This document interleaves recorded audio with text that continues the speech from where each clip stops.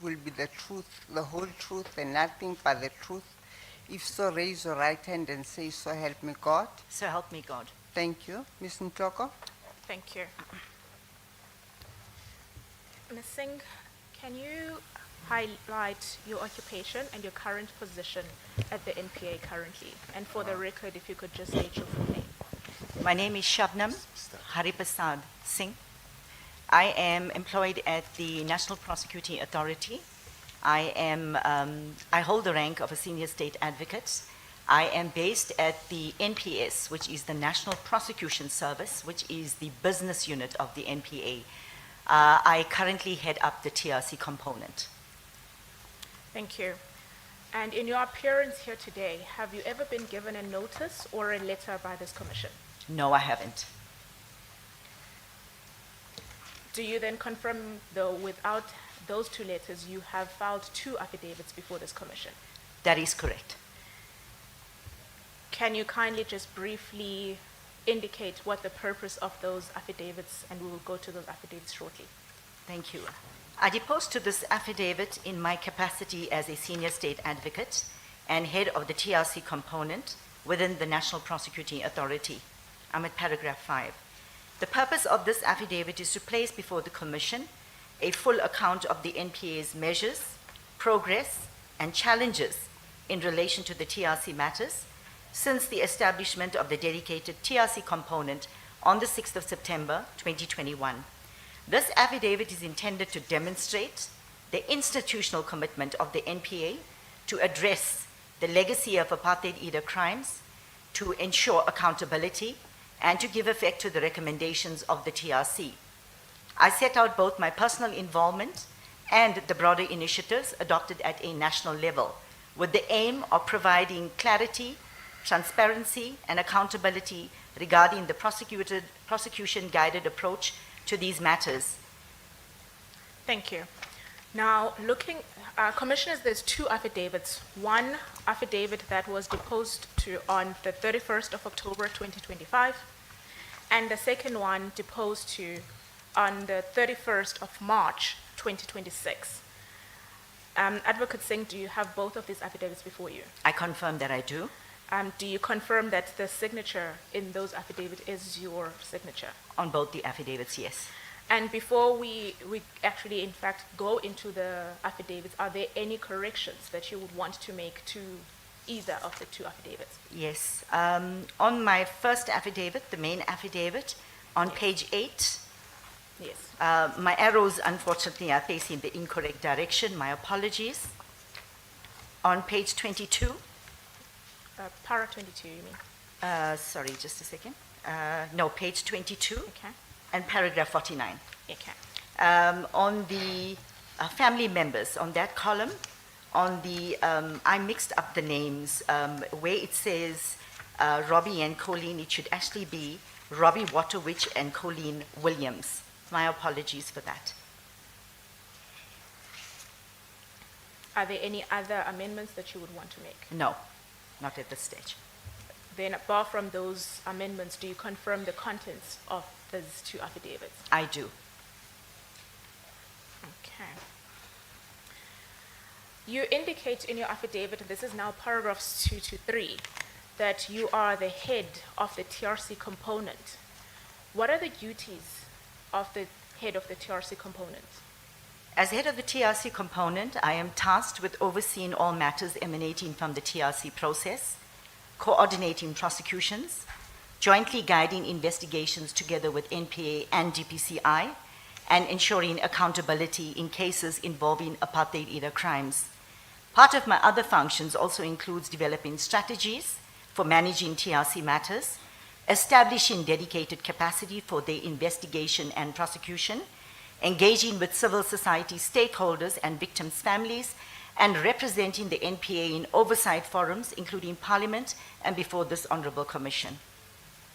Thank you. And you indicated that you did not receive any notice or letter. I think then this might be the prudent time to get the elephant out of the room, and so that we can then continue having the discussion. And I will read to you briefly the terms of reference as they appear for this commission, and we'll just be dealing with paras 1 and subpara 1.1 and 1.2. They read as follows. The Commission must, in relation to the period since 2003, inquire into, make findings, report on, and make recommendations concerning the following, guided by the Constitution, relevant legislation, policies, and guidelines, whether, why, and to what extent, and by whom, efforts or attempts were made to influence or pressure members of the South African Police Services or the National Prosecuting Authority to stop investigating or prosecuting TRC cases. 1.2. Whether any members of the South African Police Service or the National Prosecuting Authority improperly colluded with such attempts to influence or pressure them. Now, Advocate Singh, are you personally aware of any efforts or attempts made by any person or entity to influence or pressure members of the SAPS or the NPA? No. Are you aware of any members of the SAPS or the NPA who improperly colluded with such attempts or pressure or influence on them? No. And then the final question, have you personally been subjected to any attempt, influence, or pressure, directly or indirectly, to stop investigating or prosecuting any TRC matters? No. Have you witnessed anyone being pressured in that regard? No. I think then that deals with the terms of reference. And can we quickly turn, we will return to the sequence of the affidavit. Can we quickly turn to a caveat that we make in your, that you make in your affidavit in paragraph 67?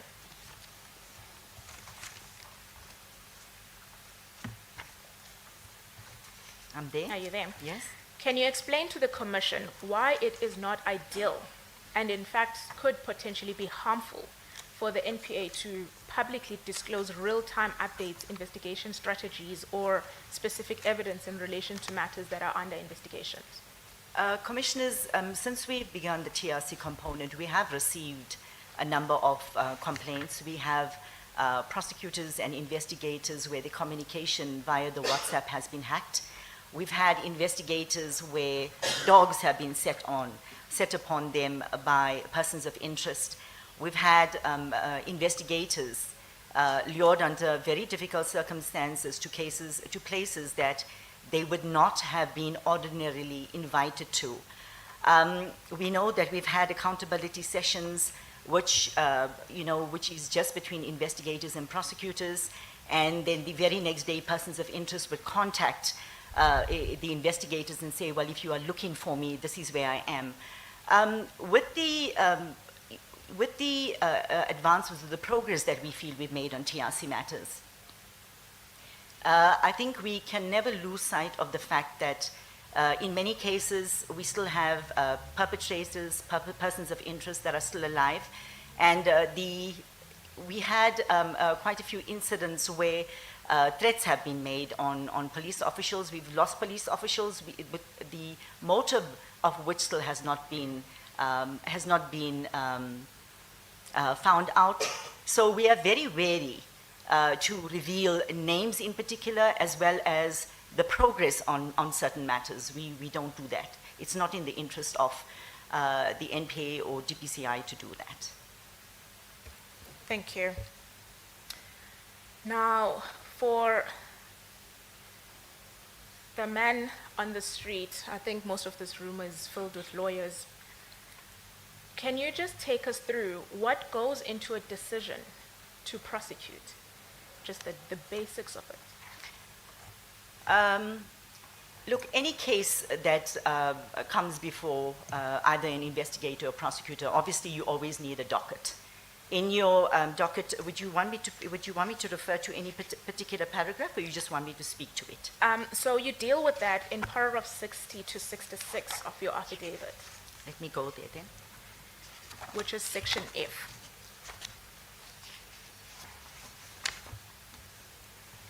But it would be ideal if you just spoke to it on a very general, so that everybody can Okay. follow and understand. And what I will do is when I come to that paragraph, I will go through it in more detail. Any investigation that starts, particularly on TRC matters, will always start with a docket. In majority of our cases, we do not have a docket. A docket will be reconstructed. In the A clip of the docket, you'd usually find the A, the B, and the C clip of the docket. The A clip always contains the most important documents. In our cases, because we deal with mostly people that are passed on or people that are missing, you would always find your statements from family members, statements from similar fact detainees, if the person has passed on, and if we were fortunate enough to locate the documents that are required, you will find your crime scene photograph album, you will find your post-mortem report that is contained therein. If we are lucky enough, we'll get a ballistics report. But because our cases are more than 5 to 6 decades old, it is very, very unlikely that we find everything in order. In respect of a decision that has been made, I will go later to the methodology that we are using in order to decide whether we can be in the A phase, the B phase, or the C phase of a docket. But once all that information is collated, that information is then given to the prosecutor. The difference between our cold cases with TRC cases and the normal cases that are investigated is that prosecutors are appointed on the matter as soon as the docket has been registered. So prosecutors guide on an investigation as soon as the investigated docket is opened. Once the investigation is complete, the docket will then be given to the prosecutor. And should the prosecutor be of the view that, look, the investigation is complete, we are now able to take a decision on that docket.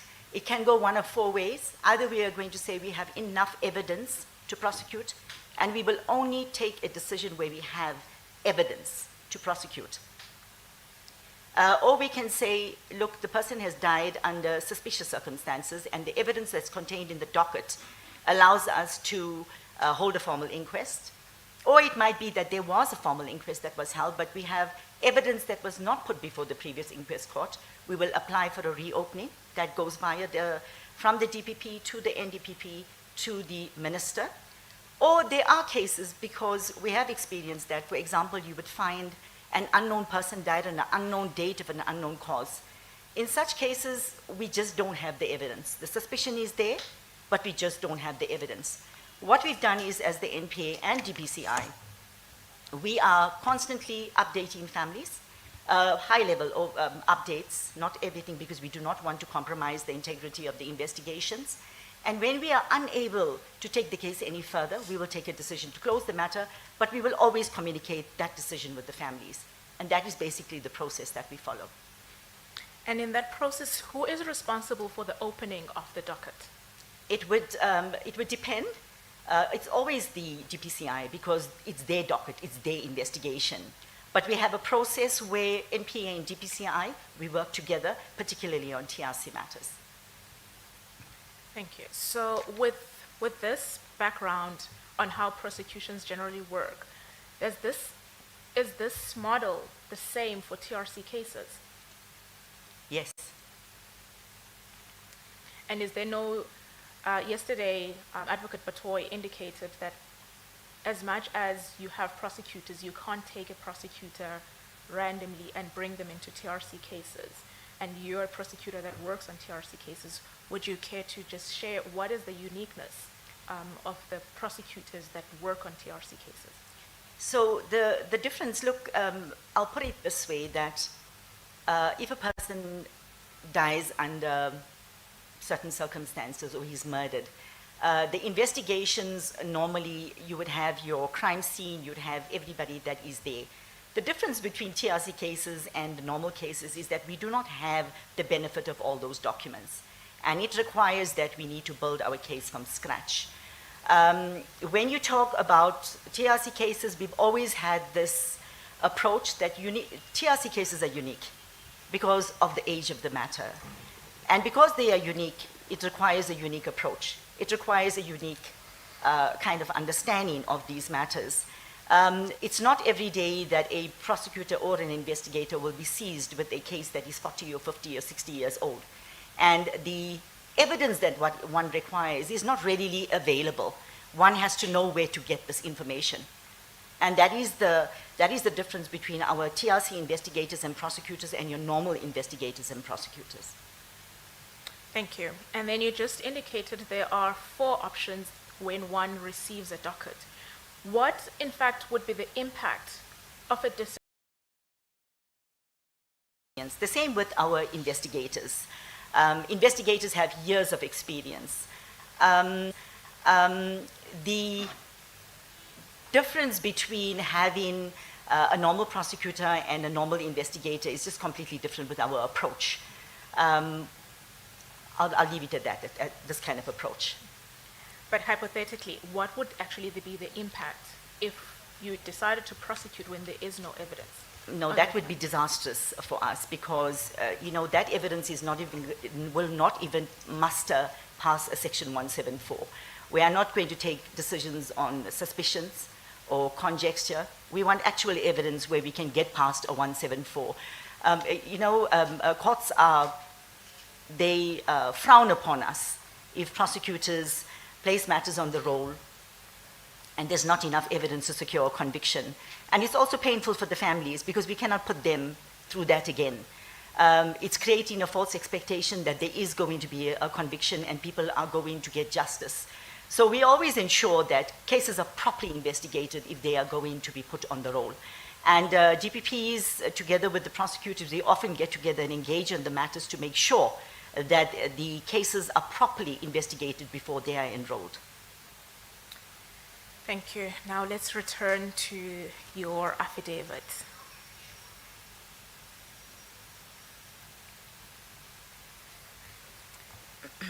And now, Commissioners, we're at paragraphs 7 going forward under the topic involvement, her involvement in TRC matters. Counsel, can I ask, should I not read my qualifications and academic background in paragraph 2 first? You may. Thank you. I started my career in the South African police in the year 1990. I served for a period of almost 10 years. I resigned at the end of the year 2000. During my almost 10-year service with the South African police, I obtained my National Diploma in Police Administration. When I resigned in 2000, I was a commissioned officer. I held the rank of a captain. In 2001, I obtained my BProc degree from UNISA, or the University of South Africa. Between 2001 and 2002, I also served my articles. In 2003, I was admitted as an attorney. In 2004, I worked as a professional assistant. In 2005, I joined the NPA. In 2007, I obtained my Bachelor of Laws, or my LLB, also from UNISA. And in 2008, I was admitted as an advocate of the High Court. Well, we might share, I did not actually realize this, that we share an alumni. A quick question then, in relation to your background. While you were at the South African Police Services, were you ever involved in any TRC-related investigations? No.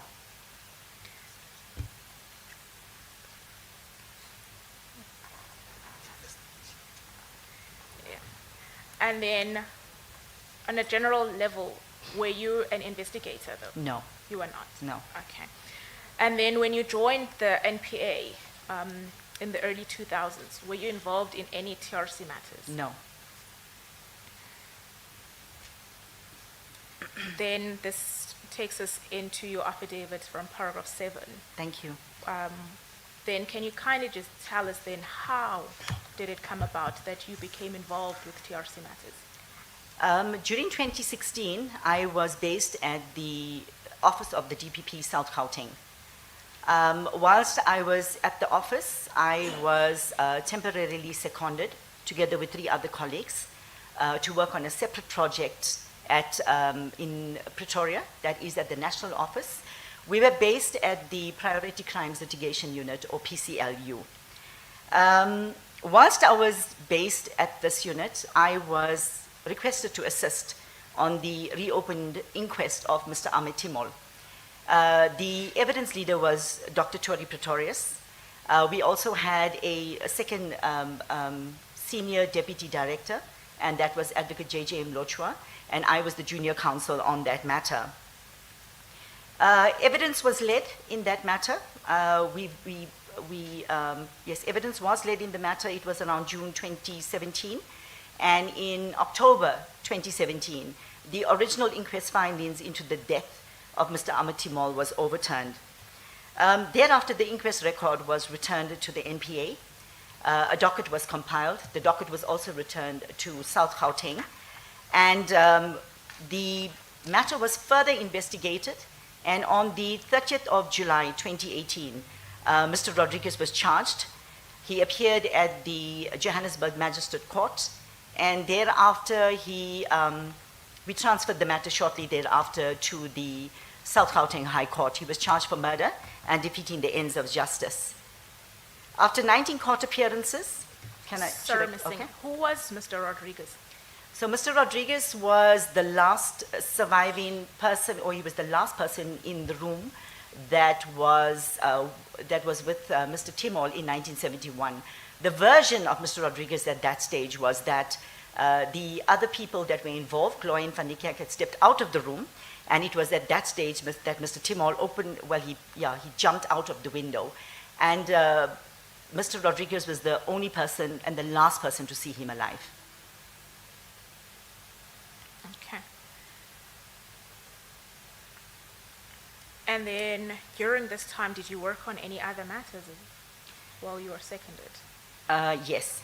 I just want to deal with the issue of Mr. Rodriguez and the full bench and the SCA matters.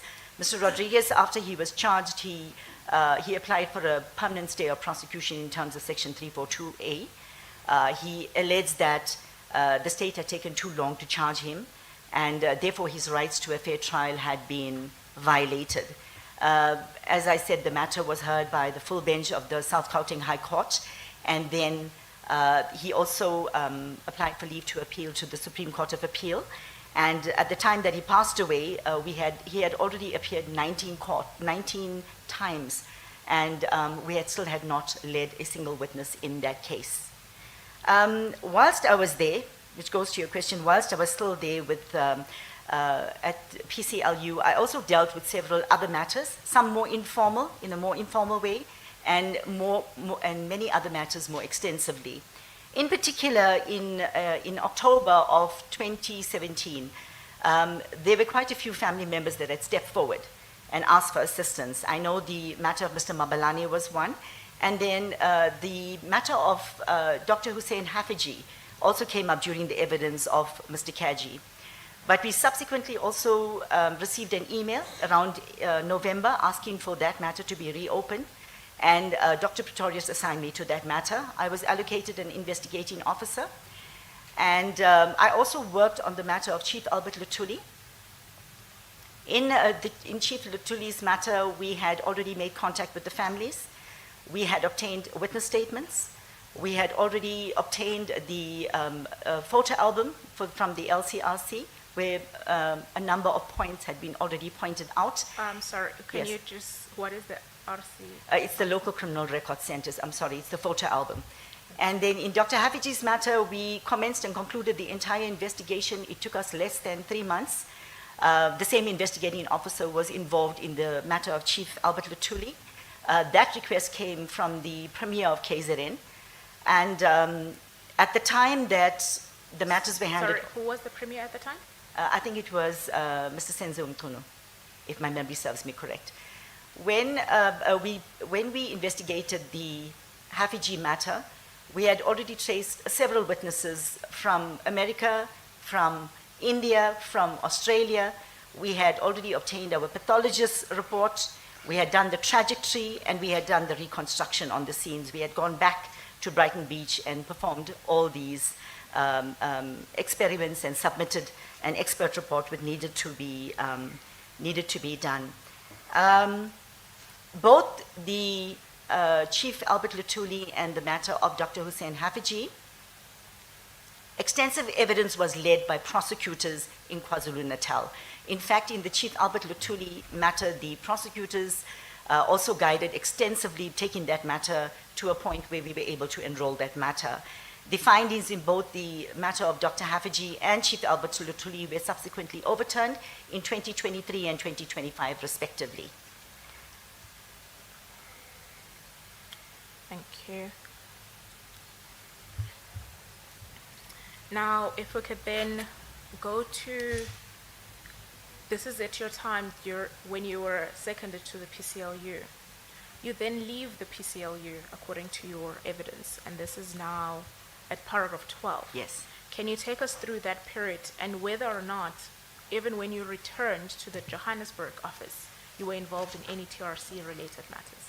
So from May 2019, I was back at the office of the DPP in South Gauteng. Whilst I was at the office, I was then allocated the matter of Dr. Neil Hudson Agate, and we worked together with an investigator in that matter. Evidence was led, and the original findings were also overturned.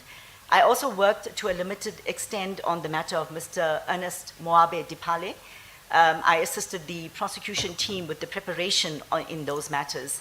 Whilst I was based at the office of South Gauteng, I did not deal with any matters, and I do not know what happened to those matters that were being dealt with at PCLU, so I cannot comment on what was happening during that time period. I can just add that during my time at PCLU, during the time that I was there was significant progress that was being made on TRC matters. Thank you. And now if we can then move to post-2020, sometime in June 2021, you indicate in your evidence that you received a call from the late Advocate de Kock. Can you run us through what that call was about and what is the reason behind it? So in July 2021, I was contacted by the late Deputy National Director of Public Prosecutions, Advocate de Kock, and he was the head of the NPS at that time. He requested a meeting with me. With the consent of our DPP, I met with him, and he made a request to me. He requested that I come and assist the NPS and deal with this, or let me just put it this way, I put it in my affidavit. He wanted me to revive the work that I had done when I was still with the PCLU component, including the plan that had been developed with investigators and other stakeholders in 2018. This was largely based on recommendations that came out of the Timol inquest. Do you want me to expand on that? Yes, can you please just expand on what was that plan? So in early January 2018, I recall that there was a meeting that was held with members from the Foundation for Human Rights. If I recall correctly, it was Masuka, there might have been other people that were also present, but Brigadier Kaba from DPCI was there, General Ledwaba was also available, and Dr. Tori Pretorius and myself. The purpose of this meeting was, I was actually informed half an hour before the meeting took place that I needed to be at this meeting. And the purpose of the meeting was that the late investigator from Foundation for Human Rights, Mr. Frank Dutton, they had identified 11 matters that they selected with a view to having the NPA and DPCI take a look at these matters. At a point, Dr. Pretorius had to leave, and he had to go and see the NDPP at that time. It was Advocate Sean Abrahams, and he asked me to continue with the meeting. I heard the Foundation for Human Rights, I think it was Masuka at that time, that said, look, these matters need to be investigated. I made a request to General Ledwaba. I asked her, why can't you give us investigators? Now, this was a simple but an impactful request, because at the Timol inquest, this was one of the recommendations that were made, to put a team of investigators and prosecutors together. General Ledwaba, the meeting was completed, and I think it was within a short period of time we were allocated 14 investigators. We had a number of meetings. We had already begun to develop a guide. Because TRC matters were so unique at that stage, our investigators were not used to that kind of investigation. So what we did was, with my limited knowledge and experience, we started to put together, I remember it was from Mr. Frank Dutton and Mr. Kaji. We invited the stakeholders because we felt there was something that you could learn from them. We wanted to know, where did you get the information from? How did you go and approach the various stakeholders? Where did you go? And together we started to develop a manual for prosecutors and investigators. We also put a quick pro forma together on how to refer matters. So it was this that Advocate de Kock was interested in. He requested that I assist temporarily. I agreed, but I took a firm view that in order to prioritize TRC matters and manage the progress on the matters, they needed to be dealt with separately. And following your firm view, when did you then take up the post? On the 6th of September 2021.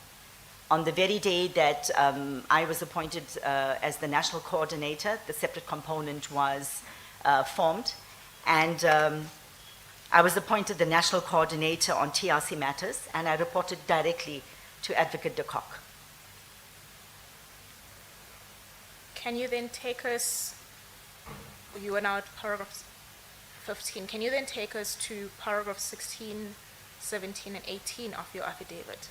May I just for completeness sake on paragraph 15, give an overview of the mandate of the unit. Yes. So the mandate of this unit was to give a special focus and prioritize the management of TRC matters.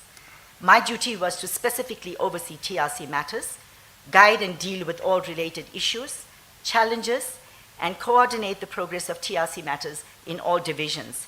From there on, the NPA and DPCI, we focused on reopening and pursuing priority crimes or priority cases, enhancing our internal capacity, and prioritizing and driving progress on TRC matters. In respect of capacity, I'm going to deal with paragraphs 17 to 19. I think we can pause on that. We'll get to it just shortly. Okay. And then you deal with paragraph 16 with the special director to assist with strategic oversight, if in fact, of this unit. Yes. In 2022, the TRC component was expanded. Advocate Trish Matske was appointed as a special director, and she was appointed to assist with the strategic oversight on the work that was being done. Okay. Now, I want us to, before we even deal with the capacity issues, to deal with the organogram that appears on page 8, paginated page 8 of your statement. In dealing with this organogram, I'm going to start from where I am at the Yes. bottom. On the left-hand side is the national coordinator, that is me. I also have a colleague. He's also a senior state advocate, Advocate Makaga, and we have a post for the SPP that has been advertised, and I have administrative support. So when I made the correction, I said the arrows were upside down. It should actually move up. I report to a Deputy Director of Public Prosecutions, Advocate Mkolisi. He also oversees the TRC component as well as the tax component. Then we report to the Acting Deputy National Director of Public Prosecutions, who is the NPS head. This is Advocate Sibongile Mzinyati. The TRC component falls under him. He's the head of the NPS. He replaced the late Advocate de Kock. Then we report to the Office of the National Director of Public Prosecutions. On the right-hand side, we have all our DPPs, and I will speak to paragraph 31 to 33 shortly, together with paragraph 22. Then you have within the DPPs offices in the provincial divisions, you have your DDPPs, who are your Deputy Directors of Public Prosecutions. We have 10 DDPPs in the country who are seized with the TRC portfolios. These are at all DPPs offices. Then I put our dedicated TRC prosecutors, dedicated TRC investigators, and then I will speak to the creation of the 19 permanent posts. And together with the personnel from DPCI, we have a national coordinator, Colonel Nkuna, and we have 29 dedicated investigators. Speaking to the component itself, I just want to I've set it out in paragraph 31. The NPA functions within a legal framework. In terms of section 179 of the Constitution, there is a single national prosecuting authority in the Republic. It consists of the NDPP, the DPPs, and prosecutors, which have the power to institute criminal proceedings on behalf of the state and to carry out any necessary functions incidental thereto in instituting criminal proceedings. In terms of the NPA Act, all prosecutions are instituted in the name of the state. The NDPP, in accordance with Section 179, 5B of the Constitution of the Republic of South Africa, and Section 21(1)B of the NPA Act, issued policy directives which must be observed in the prosecution process. Policy directives first came into operation on the 1st of November 1999. The prosecution policy directives are binding on all members of the NPA. The directives are intended to set a uniform set of norms and standards in the prosecutorial practice. They deal with the professional duties of the prosecutors. Part 2 of the prosecution policy provides that the primary responsibility for instituting and conducting prosecutions vests in the DPPs in respect of the offenses committed under their areas of jurisdiction. All crimes are investigated within the area of jurisdiction where they occurred. On paragraph 22, I say within every division, there are senior managers which hold the rank of deputy directors of public prosecutions. 10 DDPPs have been appointed. Within all the DPPs in the country, they oversee the TRC portfolio. Within every division, all TRC prosecutors hold the ranks of senior state advocates. The dedicated prosecutor is accountable to the DDPP seized with the TRC portfolios, who in turn are accountable to the DPP. All decisions are taken by the office of the DPP, and the DPP is accountable to the NDPP, NPS, and ultimately the National Director of Public Prosecutions. Thank you. And now, again, going back to the very organogram, Yes. looking at where you sit in the organogram and where the DPPs in the various provinces sit, can you take this commission through what that relationship is, considering they are seniors, but you are also the TRC component head, how that relationship works? When I was appointed as the national coordinator, I held the rank of a junior state advocate. My view is that the ranks are there, but we all are prosecutors. That's our first calling. We are prosecutors. All DPPs on the TRC matters, and perhaps I should take you back to that. When Advocate de Kock took on the portfolio of the TRC matters, TRC matters became a standing agenda item at NOM. Now, NOM stands for the National Operation Management's Meeting. This is a meeting that is held once a month or once every 2 months. It's attended by all DPPs in the country. In as much as I was a junior at the time, presentations were done to every DPP.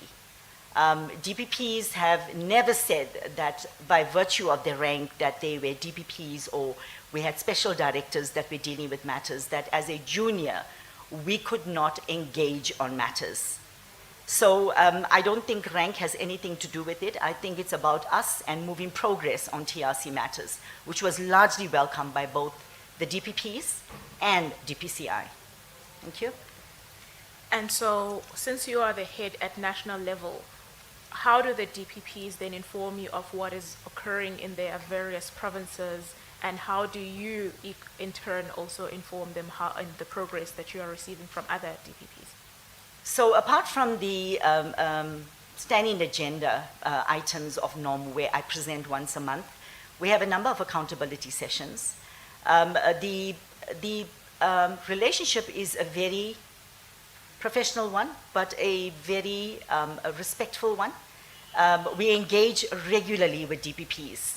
DPPs also engage regularly with us. All decisions are taken by the DPP's offices, and we are aware when decisions have been taken. We do not interfere. We can never interfere with the powers and functions of the DPPs.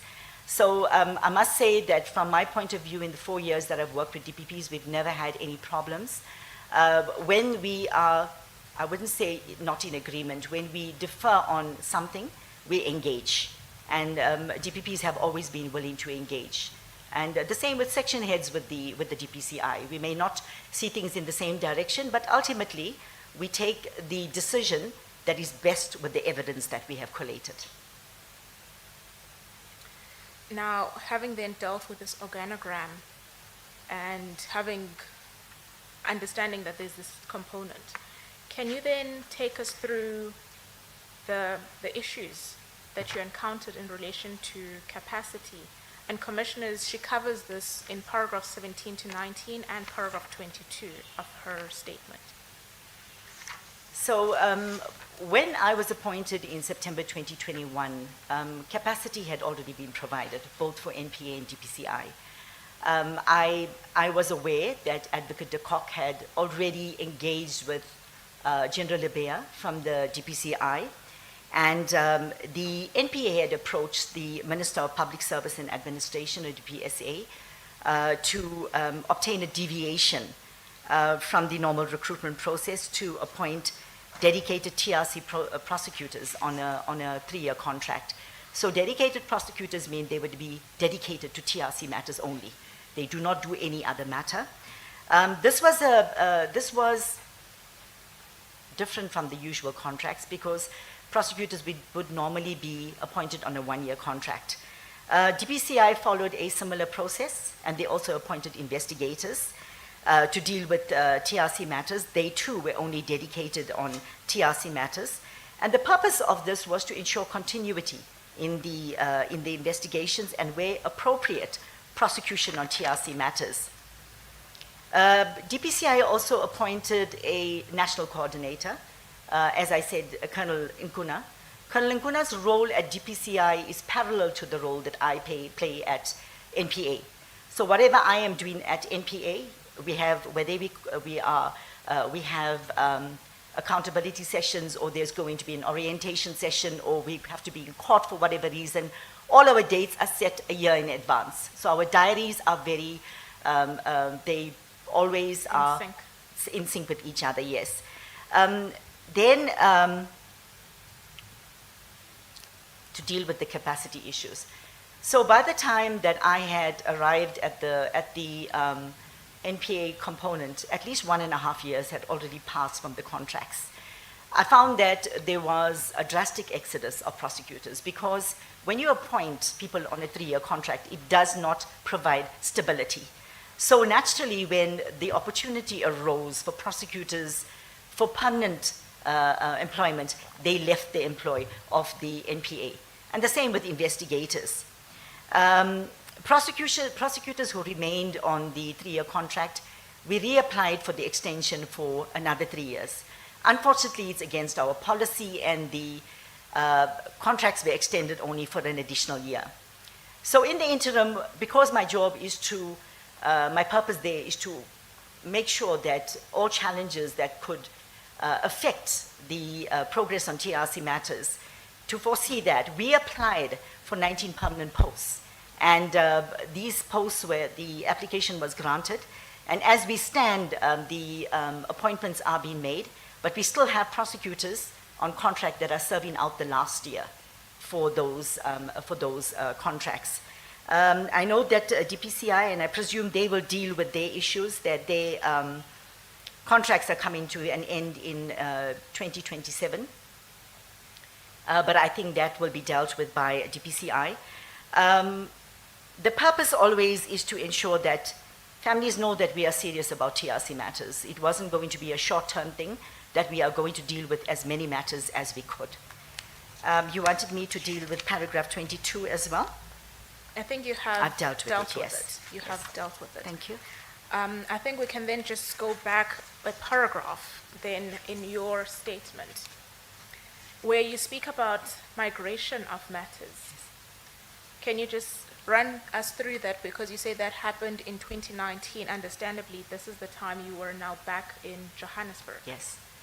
So in 2019, if my memory serves me correct, it was around April 2019, the NDPP took a decision that all TRC matters must be migrated back to the divisions. Ideally, that would have been the correct thing in 2003 when the presidential proclamation was made, because crimes are usually investigated in the jurisdiction where they occurred. But moreover, there's personnel in the DPP's offices to deal with these matters. Moreover, one would find that the similar fact detainees, witnesses, family members of the person that has passed on or is missing also lives in that area, would live more or less in that area. So I think I deal with the migration of those cases. And can I deal then with what happened in 2021? Let's just pause there for a second.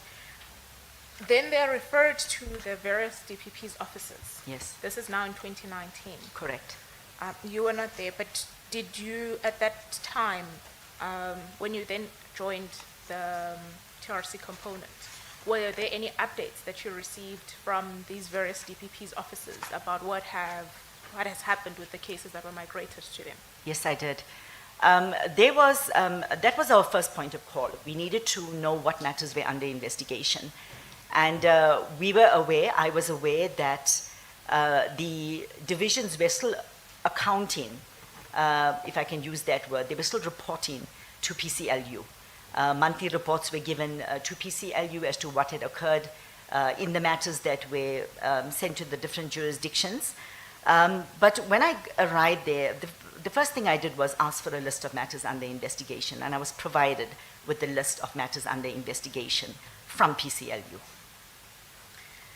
Speaking of lists, there has been very many witnesses that have spoken about a list that was provided to the NPA of, it keeps fluctuating, I'm not even sure anymore how many of these cases were there. In about 1998, in fact, none of us are sure at this point. Have you ever seen this list? No. Have you ever asked about it? Yes. In paragraph 28, I say, I also sought the original list of matters that were set to be handed over to the NPA. PCLU was created by presidential proclamation on the 23rd of March 2003 and is located in the office of the NDPP. Its mandate is to manage and direct investigations and prosecutions relating to, amongst others, matters emanating from the TRC process, prosecutions and missing persons. As PCLU oversaw progress on TRC matters until September 2021, I sought the list of matters handed over to the NPA by the TRC from Advocate Susan Bukau, who was also based at PCLU. She could not provide me with the information I needed. I also contacted the NPA's Missing Persons Task Team, Ms. Fullard, because she had been based at the TRC, who advised that FHR often referred to a list of TRC cases, list of 300 cases handed over to the NPA, but she had never seen the list. In fact, no one seemed to have the list, including FHR. This was according to her. Further, that while she worked at the TRC, she and other TRC researchers were asked to compile a list of potential cases for TRC Commissioner Yasmin Sukha, and that both she and Nikki Rousseau was also there at the TRC, were part of the process of drafting lists along with TRC researchers. Brief lists of possible cases were prepared and put together by researchers, not lawyers, for the Western Cape, the Northern Cape, KZN, Eastern Cape, and a report to the NDPP. And that she had never seen a list for any Transvaal cases or any final consolidated list, and that she doubted that the list put together could have reached 300, and that all her efforts to find a consolidated document of 300 cases to date was unsuccessful. I also made inquiries at paragraph 29 from those who were part of the TRC. No one could provide the actual or the original list of matters handed over to the NPA. I also inquired from the Department of Justice's TRC unit and was informed telephonically on the 31st of May 2022 that they did not have a list of matters handed over to the NPA for investigation. Have you ever asked FHR for this, for the list? Yes, I did, but I think I've seen in the papers that they handed over the list to NPA. FHR? The original list? Yes, the original list. That is what is in the papers, that the list was handed over to the NPA. Well, the papers indicate that Ms. Sukha and Advocate Ntsebeza SC handed over a list, but no one can locate where the list is. Yes, that's what I've read. Okay. At the time in 2018, I was only aware of the 11 matters and an additional 9 matters that had been prioritized. I was not aware at that stage that there was 300 matters to be investigated. Okay, and now then moving to lists, can we go to paragraph 23 of your affidavit? Yes. So the list that the column that I put together is actually the list of, this is the information that was obtained from the list that I obtained from Ms. Bukau. So these cases were depicted there. On the left-hand side, I put the division, the volume of matters that were under investigation in September 2021, and the right-hand side, I put the volume of matters under investigation in 2025. But I think also I will speak to paragraph 26 on page 12, the column where I say TRC cases, deaths in detention identified for investigation. So when I perused the list of the matters that were given to me, I noted that at that stage, as of September 2021, there were 59 matters that were under investigation within all the divisions throughout the country. I also noted that there were a further 55 matters that were identified by PCLU for further investigation, which related to deaths in detention. So these 55 matters of deaths in detention were identified by PCLU. They had been identified, but they had not been registered for investigation at that stage. And I will speak to the referrals on paragraph 24. Yes. So just to go through this, the division, as I say on page 10, the volume of matters that were under investigation in 2021 in the Eastern Cape was 7, Free State 2, KwaZulu-Natal 18, Johannesburg 7, Limpopo 2, Mpumalanga 3, DPP Mthatha 2, Northwest 4, Northern Cape 1, Pretoria 7, and Western Cape 6. That gave us a total of 59 matters. As of 2025, that would be the time that my affidavit was filed. This would be October 2025. In the Eastern Cape, we had 14 matters under investigation. In the Free State, we had 5, KwaZulu-Natal 46, Johannesburg 22, Limpopo we had 12, Mpumalanga we had 9, DPP Mthatha we had 2, Northwest 8, Northern Cape 5, Pretoria 21, Western Cape 8, and together at that stage in October we had 150 matters that were under investigation. And I will come to how we got to that number. Yeah, quickly, can we first deal with the first numbers, the 59? Yes. Of the 59 matters that appear on this table in 2021, how many of those were FHR-related matters? I went back and I checked the list, and 17 of those matters were that of FHR. And can you take the commission through what cases were those? I can mention them. So within the Eastern Cape division, we had the Craddock 4 matter. We also had the Highgate Hotel matter. We also had Pepco 3. In Johannesburg, we had the Matthews Mabalane matter. We also had the Dr. Neil Hudson Agate matter. We had the Kosas 4 matter. We had the Mr. Iggy Mtabule's matter. And we had the Amatimol matter. In KZN, we had the Dr. Hafiji matter. We had the matter of Mr. Ntombi Kubeka, Mr. Spopewa, and Dr. Rick Turner. In the Northwest, we had Sergeant Richard and Irene Motasi, and we had Mr. Boyki Shlapi. In Pretoria, we had matter of Mr. Kaifas Noka, and we also had the matter of Ms. Nokotula Simalani. In Western Cape, we had the matter of Imam Haroon, and that gave us a list of 17 matters of the 59 matters. And can you briefly inform this commission, what is the update on those matters? Yes, I can do that quickly, but I think we can go more in depth when I call the matters, Yes. but I can just do it quickly. Craddock 4, the third inquest into the deaths of the Craddock 4 was reopened. The matter is on the inquest court roll. Highgate matter, a formal inquest was held in that matter. There were 5 people that were killed. The inquest judgment was delivered on the 1st of December 2025. It's finalized. The Pepco 3, we applied to the minister for the holding of a joint inquest that has been granted. The matter is on the court roll. In the matter of Mr. Matthews Mabalane, in this matter, a majority of the work was done by Foundation for Human Rights. The application was made directly to the minister, and we supported the reopening of the matter. The matter was enrolled in January this year.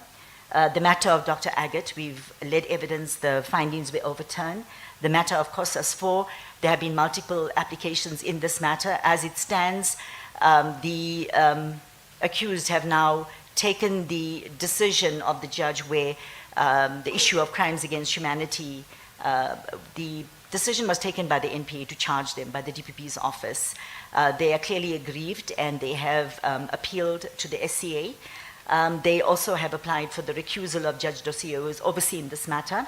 I believe this matter is at the SCA. We're waiting for a date, but a date has been set down for July.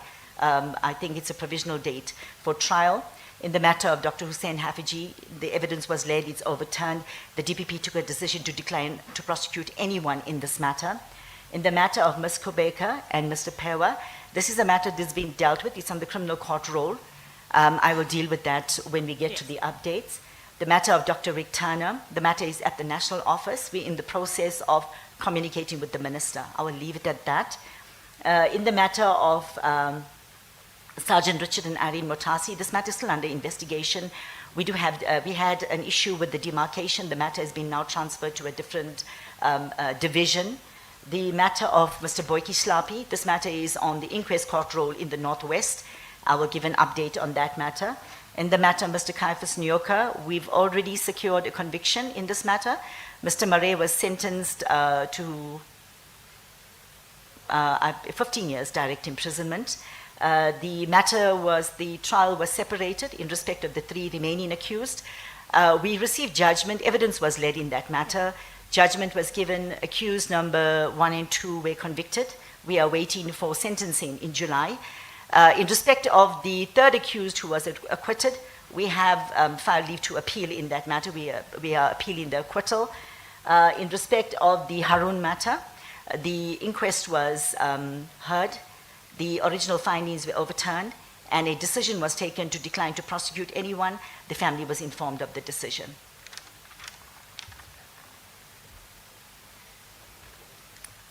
I do not want to be on the bad side of the chairperson. I think right now is at 11, and we will be moving to the next topic.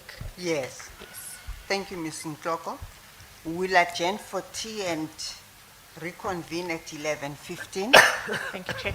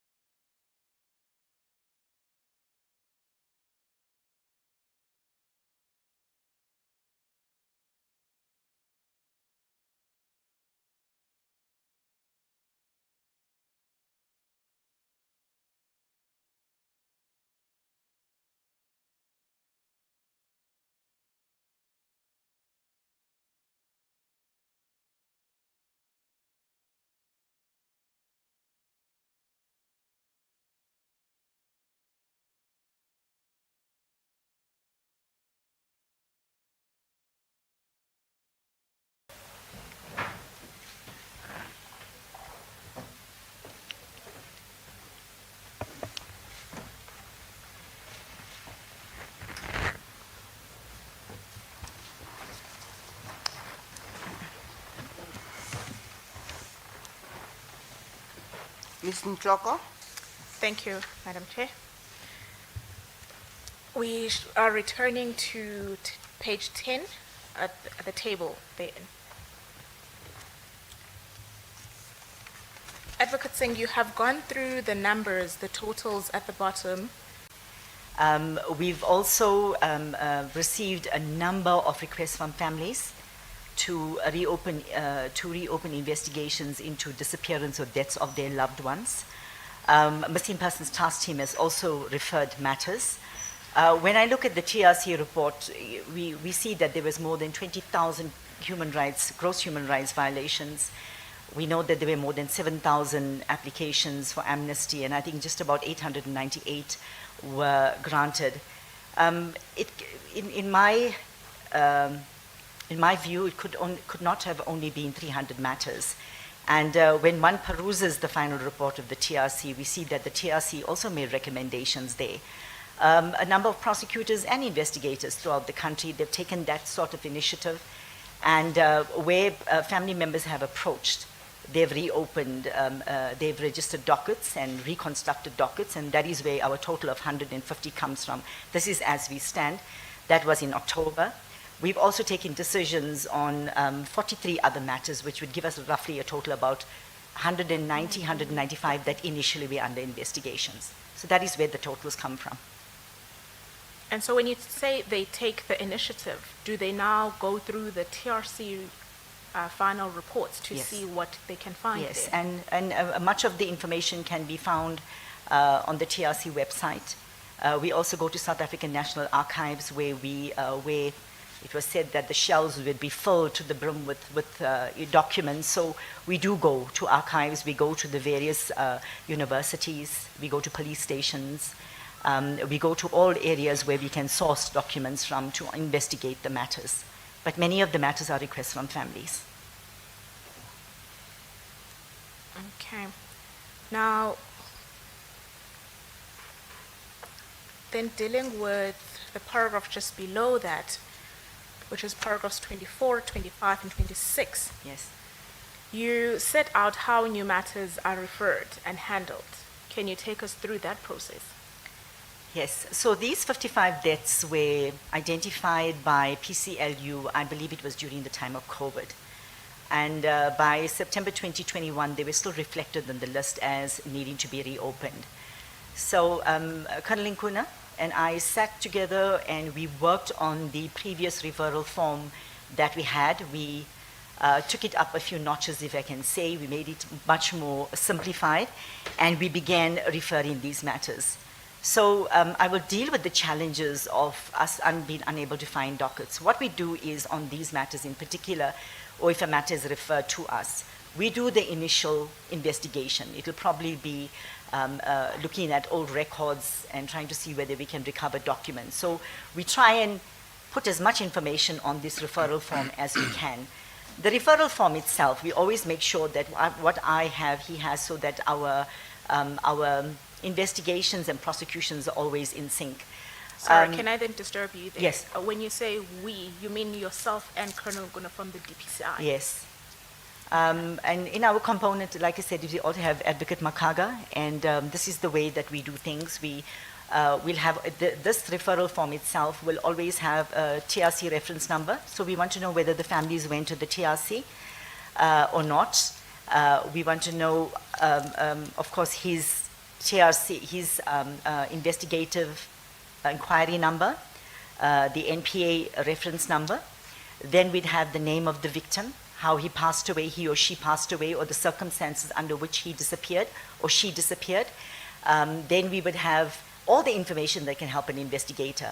Is there family, is there a contact number where we can go and we can get further information? What other documents are there? Is there a docket? Was there an inquest held? Do we have a pathologist report? Any information that can help us. So when it comes to me, I register it in my register. I will then send it to Colonel Nkuna. He will register it and give me an investigating officer, and he will give me the contact details. Once it comes back to me, I will then forward it to the DPP's officers. I will then ask the DPP, I'll advise him or her that this matter is now under investigation in your division. kindly allocate a prosecutor deal with the matter. And then, of course, we share the contact details. That process is now complete for Colonel Nkuna and myself. And thereon, after every month, those matters must now appear on the monthly report that we are receiving. Okay, and then in paragraph 26, you speak about the challenges Yes. in relation to the dockets. Can you just take us through what are those challenges and how have yourselves and the DPCI sought to overcome them? The lack of dockets created the biggest challenge for investigations and in all matters. Dockets had to be reconstructed. It requires good old-fashioned policing techniques with prosecutors guiding on investigations. Once the debt was registered, it was referred to Colonel Nkula to allocate an investigating officer. I think I've testified to that, where it then goes to the DPP's offices for referral for an investigator or a prosecutor. But I think I do cover the issue about the TRC finding that there was, I'll deal with it right now if I can, Yes. at paragraph 38. The TRC dealt with matters that occurred between 1960 and 1994, and these were cold cases, some of which were 6 decades old. The TRC found that there was a mass destruction of documents in its final report, Volume 1, Chapter 6. It acknowledged the deliberate and systematic destruction of state records and documentation to attempt to remove incriminating evidence and sanitize the history of the oppressive rule. The biggest challenge then, and which still inhibit investigations, are the destruction, loss, misplacement of police dockets, post-mortem records, inquest records, witness and perpetrators who are aged or deceased. In some matters, it would be reflected, for example, that an unknown person died on an unknown date of an unknown cause. Apart from other challenges, the lack of a docket makes it difficult to investigate the matter as all the records are destroyed. Now, just after that particular paragraph, which is the paragraph 26 that links to the paragraph 38, you speak of the TRC deaths in detention identified for investigations, and that is the number with the total number of 55 divided within the particular provinces. At paragraph 27, you then state the majority of these matters are at the C phase, medium of investigation. Can you kindly just elaborate for this commission, what are the phases?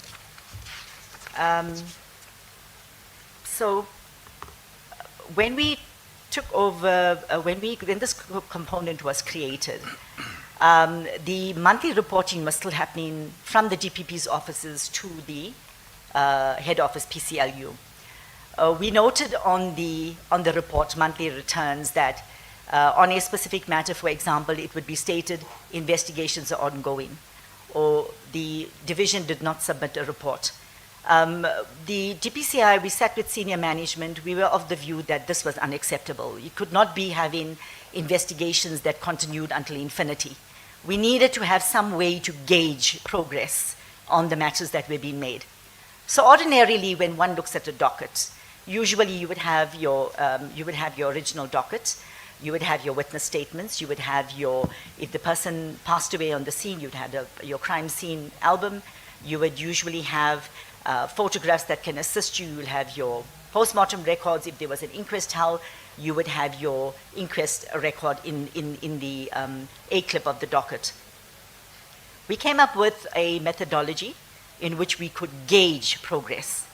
So if you had your original docket or you were reconstructing your docket and you had witness statements and you had at least the most basics to get your docket started, we put you in the medium A phase. That is not 33% of your investigation is complete. You would get to a point, and I must say this, that all our matters, nearly all of the matters, or I would say 90% of the matters, the evidence will only turn on an expert opinion. So in the B phase, we give you a 34 to a 65%. We say, look, we've now reached the stage where it is, for example, alleged that Mr. X was taken, for example, to, I don't want to cast aspersions on John Foster Square, but just say it was taken to John Foster Square, and whilst he was under interrogation, he jumped to his death. It is at this point now we start looking at what is suspicious in this matter. Do we need to get an additional pathologist expert opinion? Do we need to get aeronautics involved. In other words, to judge whether if this person jumped or this person pushed, would he land in the same place. We can also get the pathologist to look at the original postmortem report to say whether injury is antemortem or whether postmortem, antemortem or postmortem. But this is the stage when you get to your B phase where we say, look, we now need to take a decision on the matter. This is the way that things are looking, and we need to head in this particular direction. We would then we'll guide the investigator to get us expert opinions. In your C phase or your C medium, what we normally would do is, this is your 65 to 100% of your docket is now complete. We are nearing the end of the investigation where we have enough evidence where we can take a decision. In other words, your experts have now provided you with a report and you're able to take a decision as to whether we are going to reopen, we are going to prosecute, are we going to hold a formal inquest, or is it at this point where we've exhausted our investigative leads, we can now take a decision, close the matter, and account to the family. That is the methodology that was put in place. And how do you then ensure that the divisions keep one to this methodology, but equally report on the progress on a monthly basis? Yes. So you can gauge this. So all DPPs are aware that we must get monthly progress reports. They must be sent to me, our office, the component, by the 5th of every month. And every one of the matters that is reflected there, it doesn't get allocated in A, B, or C. It gets allocated by us. Because then on each one of the matters, we're able to say there are 3 matters in the A phase, there are 2 matters in the B phase, and 3 matters in the C phase. So then we are able to see, gauge progress in that way. And when we have accountability sessions, which I will speak to later, we share this with the different divisions. When we appear at NOM, we share this with the DPPs to say, DPPs, you have 17 matters on your, under your investigation. There are 5 matters that are in your A phase. We have X amount in your B phase and X amount in your C phase. But we're able to see, we're able to monitor and see just how investigation is going. So that it gives us a better idea as to how to monitor progress. I think in that way also, we started to encourage divisions to be more specific about what investigation took place. Like I said, it was no longer acceptable for us to be told investigations were ongoing. We want to know what investigations took place, what guidance was given by your particular prosecutor to your investigator. And one can see the progress because you monitor it every month. And I would usually keep that kind of record for a year because otherwise your system crashes, but you're able to gauge and see how far you are. So which division and which matter is not being progressed on, that can easily be pinpointed. And when you do realize that there are certain matters that are not progressing, what are some of the steps that are taken? So we have accountability sessions, and maybe I should just go to that Yes. paragraph because I think that is very, very important. As I testified, we cannot at the national office just go into a division and demand to see what is going on. Yes.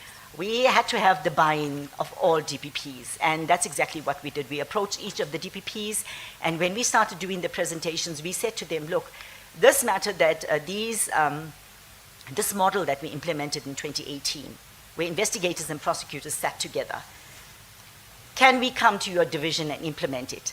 And in June of 2022, but before we get there, we had already engaged with DPP's offices. We said to prosecutors and investigators, give us your plan. What is your action plan to move progress on these TRC matters? We took into account what matters were under investigation, how old were these matters, the duration of the investigation, age of witnesses, age of suspects, etc. We also asked the prosecutors and investigators to give us self-imposed time frames, because in that way, we now can hold you accountable. We also ask you to identify the challenges, and when you identify the challenges, we want your solutions as well. In June of 2022, can I just take a sip of water, please? Yes. Please. Thank you. In June of 2022, the DPP of KwaZulu-Natal, Advocate Elaine Harrison, invited us. She provided the platform, and for the first time, investigators and prosecutors, apart from 2018, sat in the same room, across the desk from each other, with the DPP, section heads, all your dedicated investigators, your TRC nodal points, your investigators, dedicated investigators, and both the coordinators. And every matter that was under investigation was discussed. And we found that that was a very fruitful engagement, because for the first time, investigators and prosecutors were talking to each other. But apart from that, you spoke to each other in the presence of your commanders and your DPPs. So there was no time for NPA to blame DPCI and no time for DPCI to blame NPA. And the one thing we've always impressed upon, that investigators and prosecutors are going to move progress on TRC matters together. It was important for investigators to understand why prosecutors wanted certain information, and it was important for prosecutors to know where they needed to guide an investigator to get that kind of evidence that we needed. Sorry. Yes. Chair, this is from paragraph 40 of her statement. This is what she's currently dealing with. You may continue. Sorry, what paragraph is that? It's from paragraph 40, which is during 2022, a platform was created when joint accountability sessions. Yes. That's where it starts. Yes. So I just want to say that the primary purpose of these accountability sessions was to critically analyze the progress on every matter which is under investigation within every specific division. This was a dual-pronged approach that we followed. It was important to target purposeful, prosecution-guided investigation. Both investigators and prosecutors accounted. I think I've spoken to that. Yes. But what we also did is performance of every division was shared with all the other divisions, so that divisions could see what progress was being made in other matters. We were also able to identify commonalities, modus operandi. So one would find often that the same names come up, or the same method of operation of a particular unit that would come up. We were able to do that. And what we would do as a result of that, we started to put divisions in touch with each other. But we also began to engage in special projects, because we were able to say that, look, for example, in Mpumalanga, you have a matter which is identical to a matter that's in Johannesburg. You need to talk to the prosecutors. But it didn't stop there. We engaged, we put them in touch with each other, we engaged for special projects at our office, and the kind of commonalities and modus operandi were shared, and this allowed, and we encouraged investigators and prosecutors to speak to each other within the divisions. This became so successful that other DPPs also began to invite us. And this is where accountability sessions became included in all our annual operational plans. This was unprecedented. We never had this kind of engagement before, and I'm not certain if other components within the NPA or DPCI do this, but I've seen now that people have started. People are talking to each other, and that is important. We were talking past each other. If you look at the TRC, they completed the work in 2003. We are now in 2026, 23 years later, and we had to put everybody in touch with each other.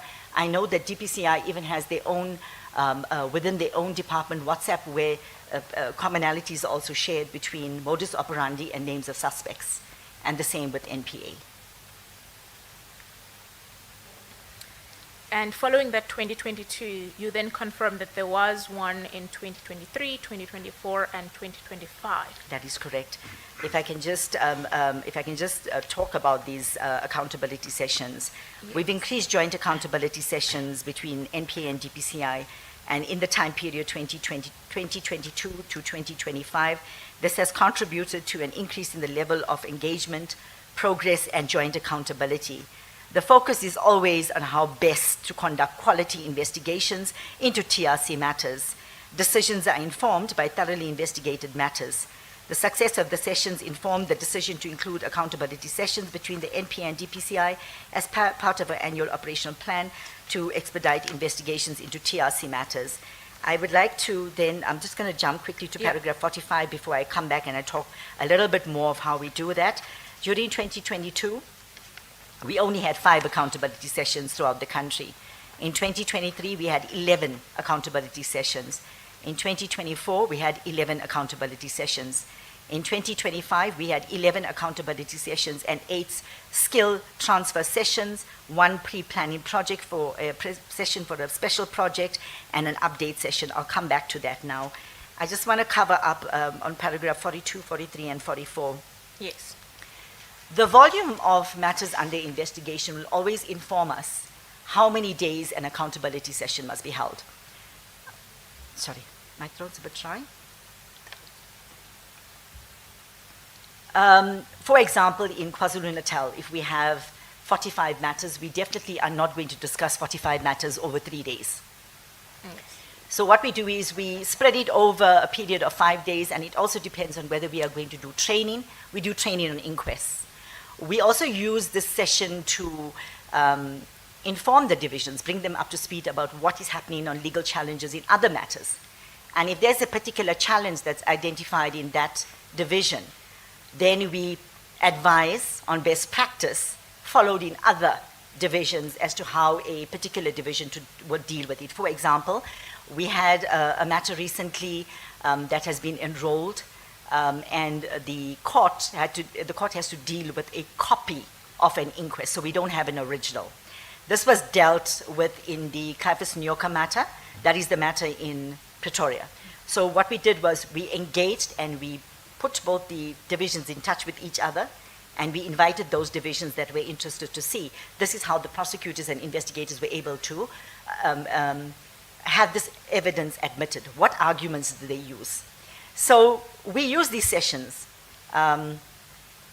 to, of course, advise them on what is happening in the country, but we also, at the same time, we get prosecutors and investigators to identify matters for fast tracking. Now, what do we take into account? We take into account, again, the age of the matter. I know that FHR-specific matters, we've always fast-tracked them, but all matters are important. We need to give them equal attention. So what we do is we identify matters for fast-tracking, and then we pool our resources to get that matter to point to medium C. In that way, we are not concentrating on all the matters at the same time. We will do the investigations, but we are able to take our resources, put them into one particular matter, get them onto the court roll, or get them to a point where we can take a decision, and then we can concentrate on the next matter. We always give consideration to the age of matter, the seriousness of the offense, age of the accused, and the persons of interest as well as the interests of the victims. I've spoken about best practice, and I say that ultimately, our joint accountability sessions is exactly about that, accountability. We share or we agree on timeframes.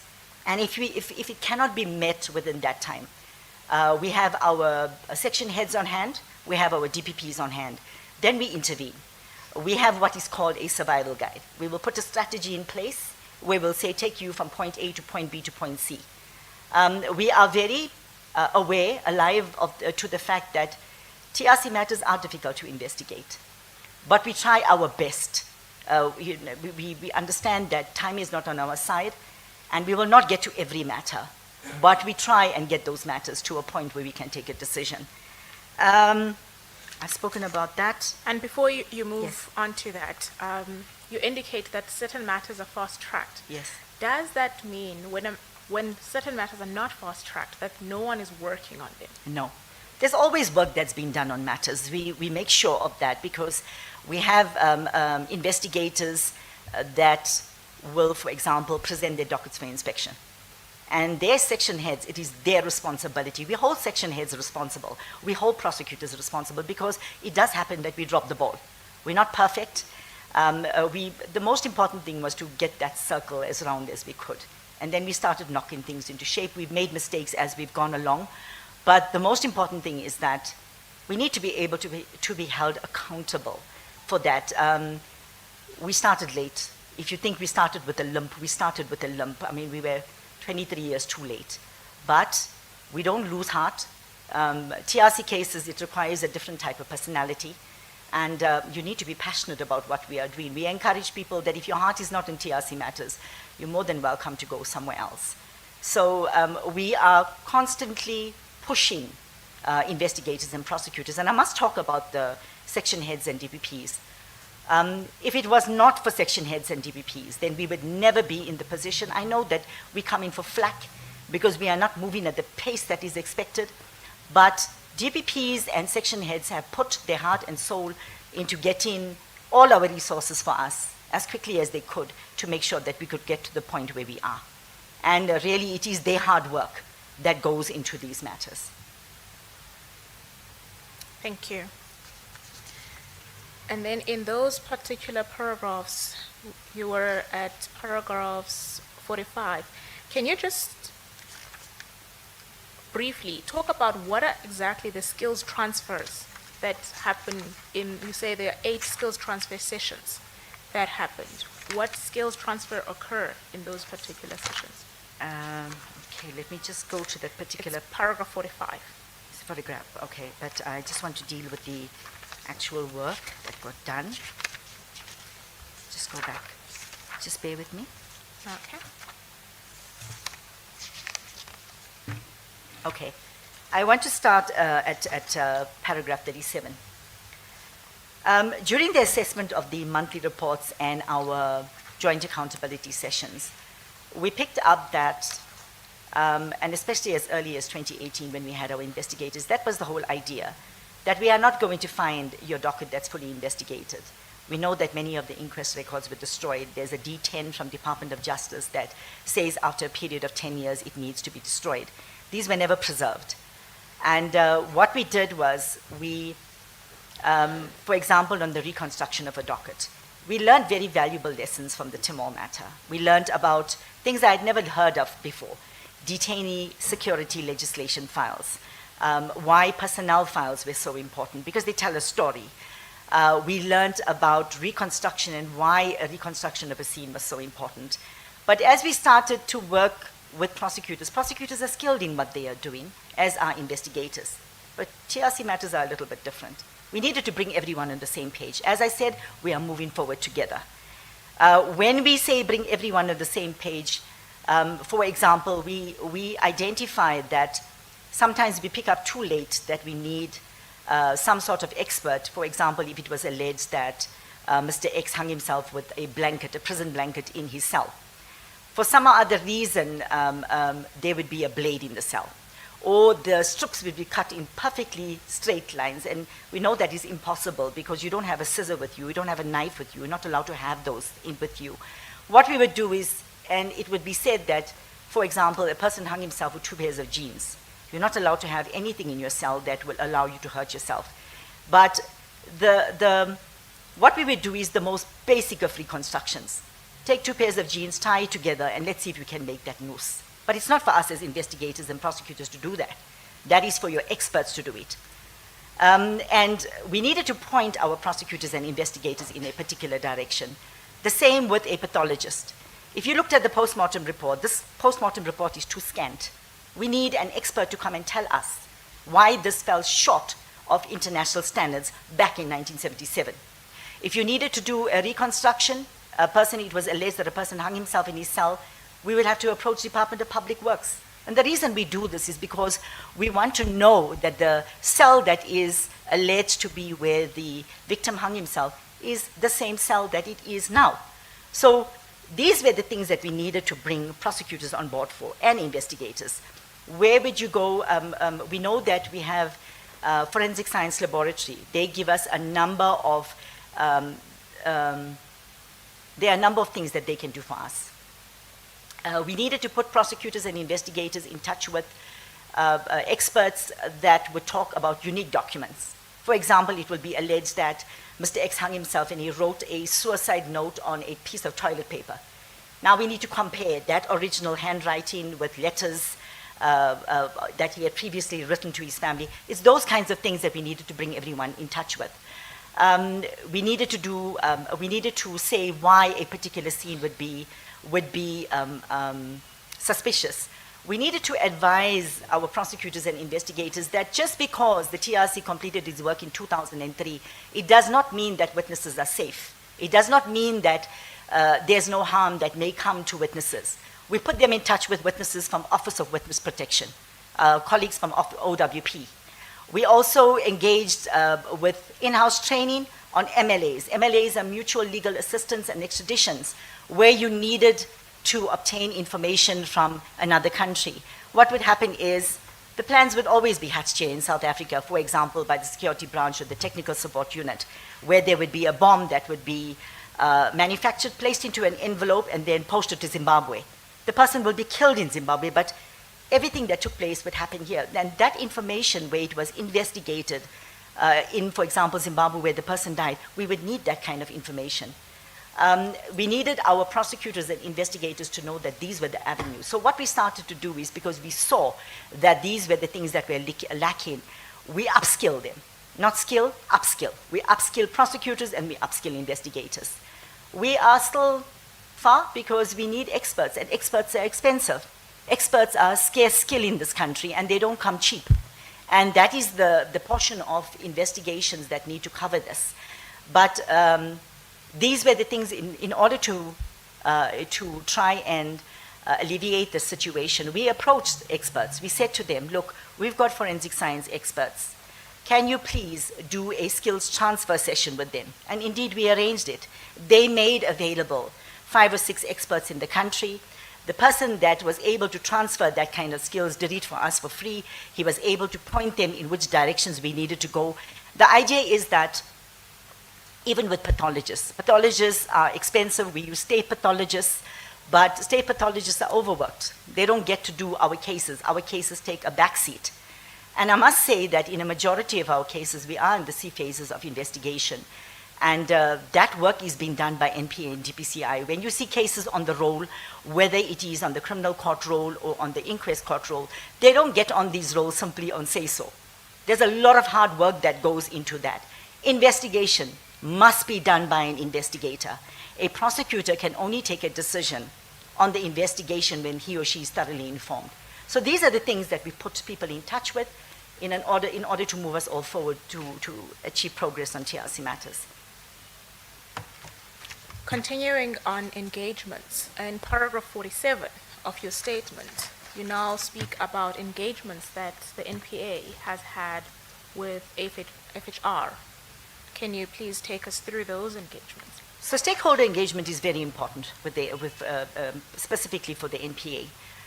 We've met with Foundation for Human Rights. We did it in 2020 through 2023, 2024, and again in 2025. Much of the matters, and we must say that the hard work is also done by Foundation for Human Rights. It's them that initially, with the work of Mr. Kaji, was able to bring the Tamil matter, and that matter opened up a can of worms. We must engage in structured engagements with all stakeholders, but we are very wary of the fact that, look, even if we engage, the engagements must be respectful. They must not prejudice an accused person or a person of interest, because those things do come into play. So we always make sure that there are healthy boundaries. It doesn't stop there. We also engage with apartheid-era victims' family group. That's paragraph 48. Yes, when we engage even with FHR, we explain the protocol. This is how we work. If there are issues, because we are going to have issues, there are going to be things that you are going to be unhappy about, you engage with the officers of the DPP. You engage with the TRC nodal points, because this is how we work in the NPA. We function within a legislative framework. And then you escalate, if you have an issue. But the idea is that we always say that family members are important, victims are important in these matters. The same with apartheid-era victims' family group. So the AVFG is also a family group that where all family members that were affected by these atrocities, they are part of it. And I believe it was in 2022 that AVFG approached the late Deputy National Director of Public Prosecutions, Advocate de Kock.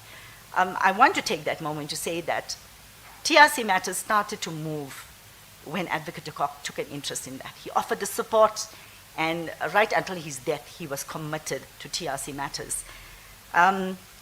He met with AVFG, before he met with AVFG, he introduced the plan to them. He said, you need to go and meet with all the DPPs in the country because that is the protocol that we have. You will come as a last resort to the national office.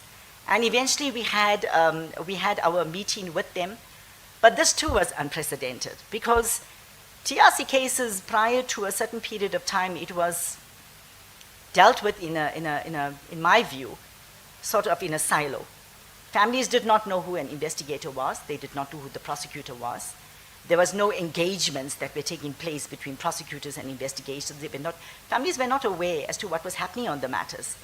And I must also say that because of this type of engagements, I know that they've expressed their appreciation because when they met with the DPPs, again, I must praise DPPs and the prosecutors and investigators and the section heads because they listened to what families had to say. And this was very rare because often the family's voice got lost in the process. They listened to what the families had to say. And therefore, I always say that the commitment comes from them. There were a number of meetings that took place. I've depicted it on page 22. I'll read it into the record. But I wanted to say that as a result of these meetings, families were introduced to prosecutors and investigators seized on the matter. In accessing DPPs, I'm reading at paragraph 48, in accessing DPPs, prosecutors and investigators, families were able to identify the investigator and prosecutor seized with those matters, provide leads and information to investigators. Again, we need to make sure that there's a healthy boundary between what prosecutors and investigators can do with families that are giving us information. We do not want our functions and powers and duties to be interfered with. We say that all leads and information must be provided to investigators without interfering with the functions of a prosecutor and investigator. By opening this kind of platform and this kind of engagement, it encourages the building of trust between families, the investigator, and the prosecutor. Regular progress reports are given to families because of transparency and accountability. The relationship between families, prosecutors, and investigators is strengthened. Prosecutors and investigators are also mindful and committed to impartiality, fairness, and rule of law. There was a total of 8 meetings that took place with AVFG and the offices of the DPPs within the different divisions. All meetings were attended by the DPPs in whose divisions the matters are under investigation, the prosecutors and DPCI investigators. I just want to stop there. We even had family members that were based in Pretoria, but the incidents happened in KwaZulu-Natal. I'm aware that the DPP and her prosecutors traveled to Pretoria to meet with the families. And that shows the level of engagement that we are prepared to put out there with families and how seriously we take these matters. The process of AVFG is driven again by Mr. Kaji, the nephew of Mr. Timol, who has expressed in writing his appreciation on behalf of the families for excellent engagements to the late Advocate de Kock. A platform was shared with families where they were given the opportunity to share their their pain, the challenges, and committed to working towards justice. The first division, I put the divisions in the left-hand side, the date of the meeting, and specifically which families were involved. In Pretoria, on the 7th of November 2022, the DPPs met with the families of Mr. Khoate, Mr. Modipane, Mr. Monokotla, and the family of Kafisunyoka, of Ms. Simelani, and the Sons and Els matter. In Johannesburg, on the 26th of September 2022, the matters of Mr. Saluji, Mr. Akalwaya, Mr. Napier, and others. In the Western Cape, on the 15th of February 2023, the matters of Mr. Anton Franch, Mr. Mamharoon, Mr. Anton Kriel, and Ms. Dulcie September. And then, as I said, I made a mistake there. It's actually Robbie Waterwich and Colleen Williams. In the Northern Cape, on the 17th of April 2023, the matter of Mr. Dickie Jacobs. In the Eastern Cape, on the 1st of June 2023, the matters of Mr. Mapetla Mahapi, Mr. Stephen Bantubiko, and the family members were present. In KwaZulu-Natal, on the 24th of July 2023, the spokesperson for the Hafiji family, Mr. Griffith Mkrenge, Mrs. Victoria Mkrenge, and Mosin Jina. At the national office, this meeting I can say that this culminated in the meeting finally with Advocate de Kock, with members from NPA, DPCI, and AVFG on the 30th of January. I must also mention that every one of these matters, we always ensure that representatives from DPCI are present. And like I said, the idea is that we are one team. We are moving forward.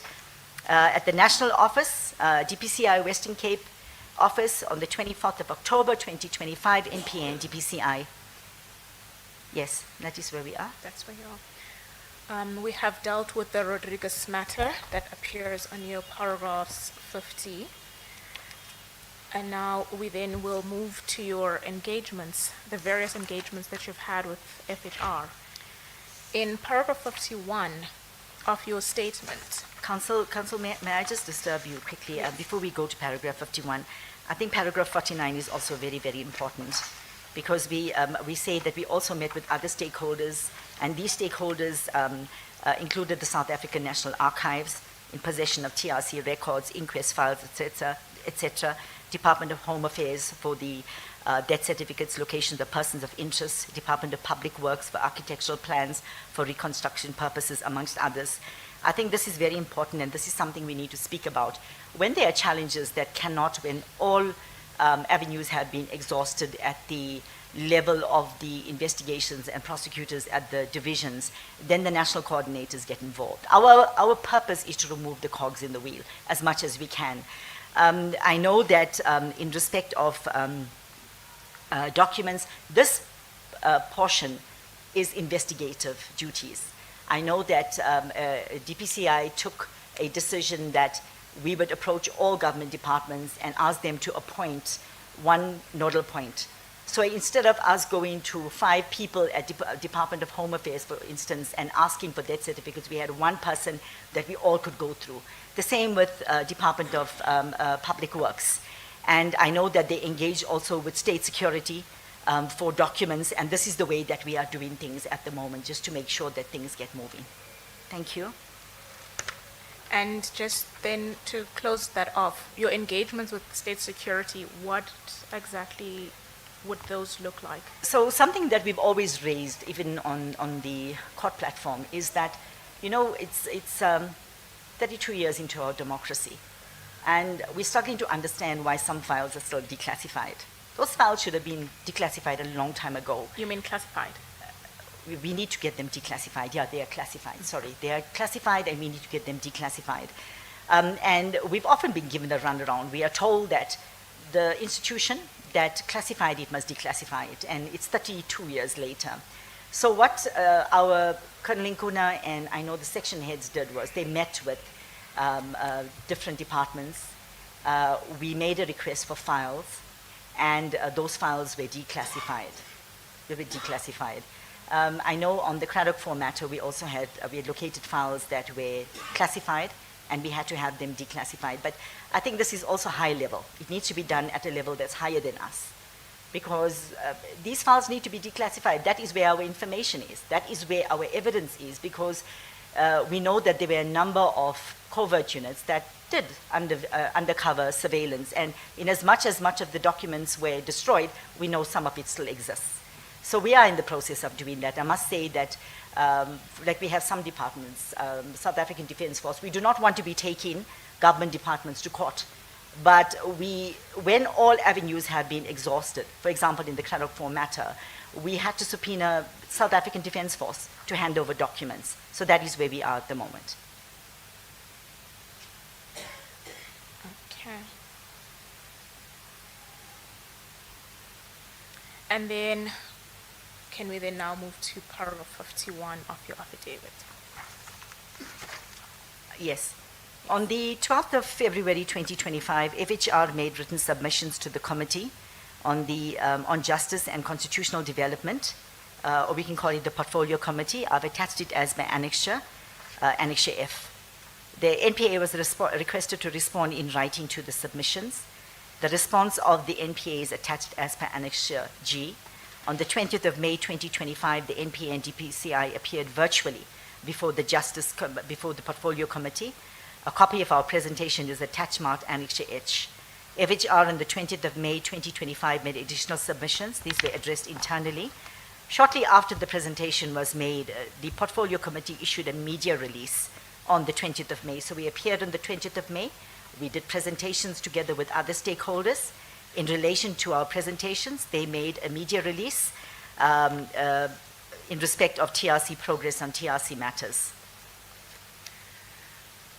I think this now is the opportune time to really deal with an annexure that was missing from our bundle, and I must state categorically it was not because of the documents manager.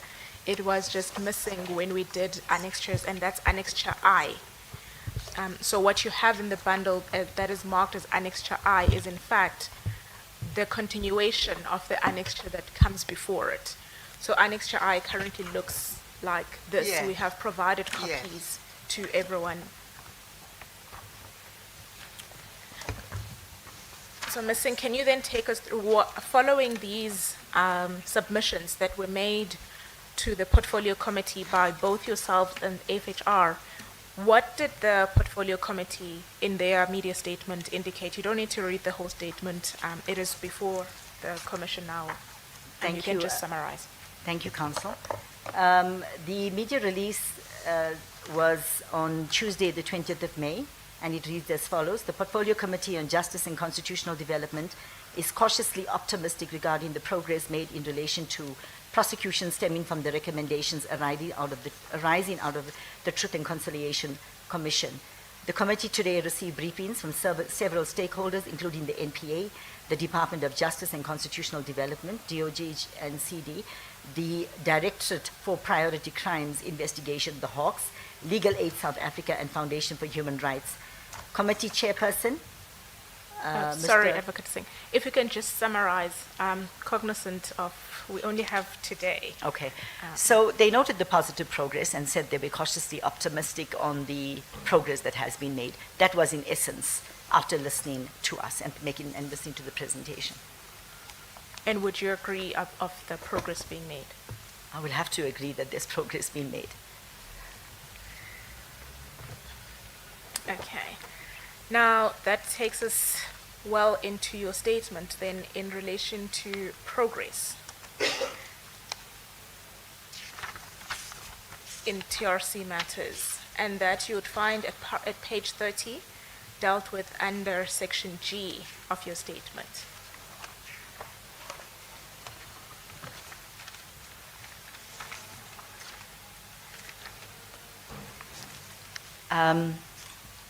Commissioners, what I've done is I have taken all the families, all the applicants on paragraph 67, and I have summarized, but I will read also what has been done in respect of each of the matters. So on paragraph, page 30 on paragraph 67, the first applicant, the 11th applicant, and the 14th applicant are appearing on the same matter, as well as the 6th, the 8th, and the 9th applicants. This is in respect of Highgate. Then the 9th and the 16th applicants, these are also joined. Advocate Singh, I think for the record, for someone who might be reading this record at a later stage, if we could just say who are these applicants that we're dealing with. So I'll come back to the summary that I've made. I put the applicant, the matter, the division, the progress, and whether it was on the PCLU list in September 2021 or not, and what is the status. Yes. I will update the commissioners on what has been done thus far and where we stand on the matters. I'm just going to quickly turn to my notes because this was prepared in 2025, and it has since changed. So the first applicant is Lucanio Bruce Matthews Kalata. The deceased in this matters are Messrs. Fort Kalata, Sicelo Mshlauli, Sparrow Mkonto, and Matthew Goniwe. They also became known as the Craddock Four. This division that's dealing with it is the Eastern Cape Division. This is the third reopened inquest into their deaths. We had two inquests prior to that, the De Beer inquest and the Zitzman inquest. If my memory serves me correctly, the De Beer inquest found that they were killed by unknown people. The Zitzman inquest stopped short of naming who killed them. The third inquest into the deaths of Messrs. Mshlauli, Mkondo Goniwe, and Kalata, please forgive my pronunciation, commenced with evidence that was led in June. Judge Beshe has presided over the matter. The matter was postponed from the 13th to the 24th of October for further evidence, and also in respect of the South African Defence Force issue for the Section 205. And as it stands, we had further evidence that was led between the 23rd and the 27th of March 2026. And what I can confirm is thus far we have 16 witnesses have testified. 6 persons of interest have also testified or in the process of doing so. The South African Defence Force must provide the remaining information by April 20th. We are back in July, if my memory serves me correct, yes, from the 6th to the 10th of July for cross-examination of one of the other witnesses. In the second applicant is Alegria Kutsaka Nyoka. This is the sister of Mr. Caiphus Nyoka. The matter is being heard at the North Gauteng High Court. Accused number 1 was found guilty and sentenced, State versus Murray. After an investigation by DPCI, the state charged 4 former police officers for the death of Mr. Nyoka. Mr. Murray was accused number 1. The long and short of it is that after a lengthy period of time, he pleaded guilty and he was sentenced. This was in November 2023 to 15 years direct imprisonment. Then this matter was also on the PCLU list in September 2021. This matter is considered finalized, convicted, and sentenced. Then an offshoot from the Caiphus Nyoka matter is the matter of State versus Engelbrecht and others. This is the matter where I'm sorry, if I can just complete the matter of Mr. Murray. Leave to appeal was dismissed on the 15th of September. So he applied for leave to appeal, it has been dismissed. This matter also stems from the Nyoka matter. And I spoke about this matter. Accused 1 and 2 were found guilty in December. Sentencing will take place in July. We have applied to appeal the decision on the acquittal of the 4th accused.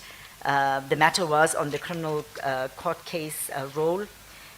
We are busy with the sentencing for accused 1 and 2 on the 20th and the 24th of July 2026. In the third applicant, in the case of the third applicant, which is Bonakele Jacobs, Mr. Mkolisi Dicky Jacobs, the matter is in Northern Cape. There are challenges in this matter. There's no inquest record, no inquest docket. We only have a Mail and Guardian article confirming that there was a formal inquest held at Appington Magistrate Court where testimony was given by Mr. Pinar. The family corroborates that there was a formal inquest that was held. The TRC hearings follow up with regards to the missing documents. There's no police docket, no post-mortem record, or no crime scene information available. No witnesses apart from Pinar. The investigation of the correctional services also cannot be traced. Mr. Jacobs also went with the investigative team to the University of the Western Cape and National Archives to trace necessary documentation. There were accountability sessions and meetings with the family. A civil claim was instituted but withdrawn. Reconstruction of the crime scene has been done, and there is clarification that is required, and the sketch plan is awaited. And I've been informed that the report has, in fact, the reconstruction report was obtained in March. In the case of the 4th applicant, Fatima Harun Masood, the deceased was Mr. Abdullah Harun. He was a cleric in Western Cape. The inquest into the death of Mr. Harun reopened in 2022. Evidence was led. On the 9th of October 2023, the original court finding was overturned. On the 2nd of October 2025, the NPA took a decision to decline to prosecute any person in relation to the death of the deceased. Foundation for Human Rights, I think Advocate Vani led evidence together with the prosecutors here, appeared for the family. The 5th applicant is that of Trifina Nomandlovu Mokhatle. This is the Cosas 4 matter. This is the last surviving person, Muzi, but he's passed away. He was involved in this matter. And the other deceased in the matter was Mr. Madikela, Mr. Matabane, and Mr. Nshlabo. They were killed in an explosion when the pump house, which they were lured to, was laden with explosives and detonated. The case was enrolled in the criminal court roll.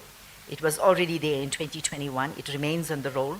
There have been various applications. Again, Foundation for Human Rights have been extremely helpful because They pursued the legal representation, and this is very, very important because up until late 2023, 2024, the South African Police Services had refused to cover the costs of the ex-police members, and it had to take 2 judgments for the South African Police Service to say, to accept that the High Court findings that they were in fact inheritors in title of the South African Police Services. And then it doesn't stop there on our matters. The second part of it is where we have our challenges with getting counsels appointed. In this matter, as well as another matter in KZN, it's the same thing. Every accused in this country has a right to legal representation, but you don't have a right to legal representation of your choice. And this is what we are finding, that we've seen a Stalingrad approach in respect of how these matters are being dealt with. We find accused persons, you do not want you do not want a particular counsel, you want senior counsel, and we agree that you have a right to legal representation, but this is stalling our cases. I also want to say something in respect of this matters. When Advocate de Kock, when we had a meeting with Foundation for Human Rights, it was raised that South African Police Services are refusing to cover the costs of ex-police members. Advocate de Kock wrote to the Minister of Police. He also wrote to the Commissioner. He shared both the judgments with them and said, look, please, you need to sort these issues out, because what is happening is these matters are going to languish in our court rolls. People are getting old, they are dying. This is what the judgment is saying. We are finding that it's not going to the top. So we sent it directly to the commissioners and said, filter it down to the bottom so that all the state attorneys and all the police officers, the legal departments are aware. We're still finding, we still have our pockets where we've got to engage with state attorney and say, look, we need to finalize these issues because these matters need to be dealt with speedily. So this is where... Quick one, so for the record, who was the National Commissioner and the Minister? It was Fani Masimola, and then I think it was Minister Becky Cele at that stage. So this is where we are. At this stage, the charges of crimes against humanity, the state charge, the DPP's office laid those included in the indictment, and obviously the accused are now challenging the drafting of those charges. The state is dominatus litis. We will decide what charges need to be put on these matters. There's also a recusal application, they brought quite a few recusal applications against Judge Dossio, and I think they're also appealing that. So where we are at the moment is that the trial date, the provisional trial date, has been set for the 20th of July. And I'd like to give an example here. The prosecutor that was dealing with the matter is now no longer available, but the deputy director, we already appointed our prosecutors. The deputy director that's dealing with the TRC nodal point has already familiarized himself with that. So we already try and circumvent issues before we get there. We don't always get it right, but we put that in place. In the 7th applicant, the 6th applicant is Mr. Carl Andrew Weber. He was involved in the Highgate Hotel massacre. Here there were 5 people that passed away. They were patrons at a bar in a restaurant, and at that stage it was alleged that a certain group or community or a certain, let's say it was APLA, this is what it was alleged, walked and opened fire. There were 5 patrons that were killed, and there were a number of people that were seriously injured. The DPP in this division, the Eastern Cape division, took a decision, and a formal inquest was held. Judgment was given on the 1st of December 2025. Evidence was led by Foundation for Human Rights, and I think it was Advocate Vani that also appeared, and judgment was handed down on the 1st of December 2025. The 7th applicant is Kim Turner. This is the daughter, I believe, of Dr. Rick Turner or Dr. Richard Turner. The matter is a decision that is being taken in the division of the DPP in KZN. The DPP took a decision to hold a formal inquest. The matter was to be heard at the Magistrate Court. The DPP received a request from the family legal representative to hold the inquest in the High Court. The DPP acceded to the request. So where we are, the long and short of it, is that the memorandum in this regard has now made its way to the national office, and we are dealing with it. On the 8th applicant, this applicant is Lindine Page. This matter also goes with Highgate. She lost her brother, Dion Harris, during this attack. This is also, as I said, the matter has been, evidence was led, and judgment was given on the 1st of December. In the 9th applicant is that Buzo Khoza. It pertains to Mr. Spo Pewa. Mr. Pewa and Ms. Kubeka belong to the same cell. Okay, so it's the 16th applicant and the 9th applicant here. This matter was enrolled initially as an inquest. And during the inquest proceedings are actually very, very helpful because there is a section that makes provision, I think it's section 22 of the Inquest Act, that says if it comes to the notice of the magistrate or the presiding officer that the state now intends to, charge the accused criminally, the proceedings may be stopped and it can be converted into criminal proceedings. And this is what happened in these matters. Evidence was led in the inquest. At a certain point, the prosecutors took the decision that we are now going to stop the proceedings, convert it into a criminal inquest, into a criminal proceedings, and this is where we are. We're also having issues with the legal representation. This is one of those matters. So where we are at the moment is that the counsel for these matters must now, he's now appealing the decision that was taken because he did not get the counsel that he wanted. I just want to see where we are on that matter. You mean the accused? They're appealing? Yes, what? I'm sorry. You said the counsel. I'm sorry. The accused are appealing. So this matter is State versus Botha and others. There's 2 cases. It's set down. I know that there was a pre-trial hearing that was held. There was a request for further particulars. It is being dealt with, and the matter has been set down for the 24th to the 28th of August 2026.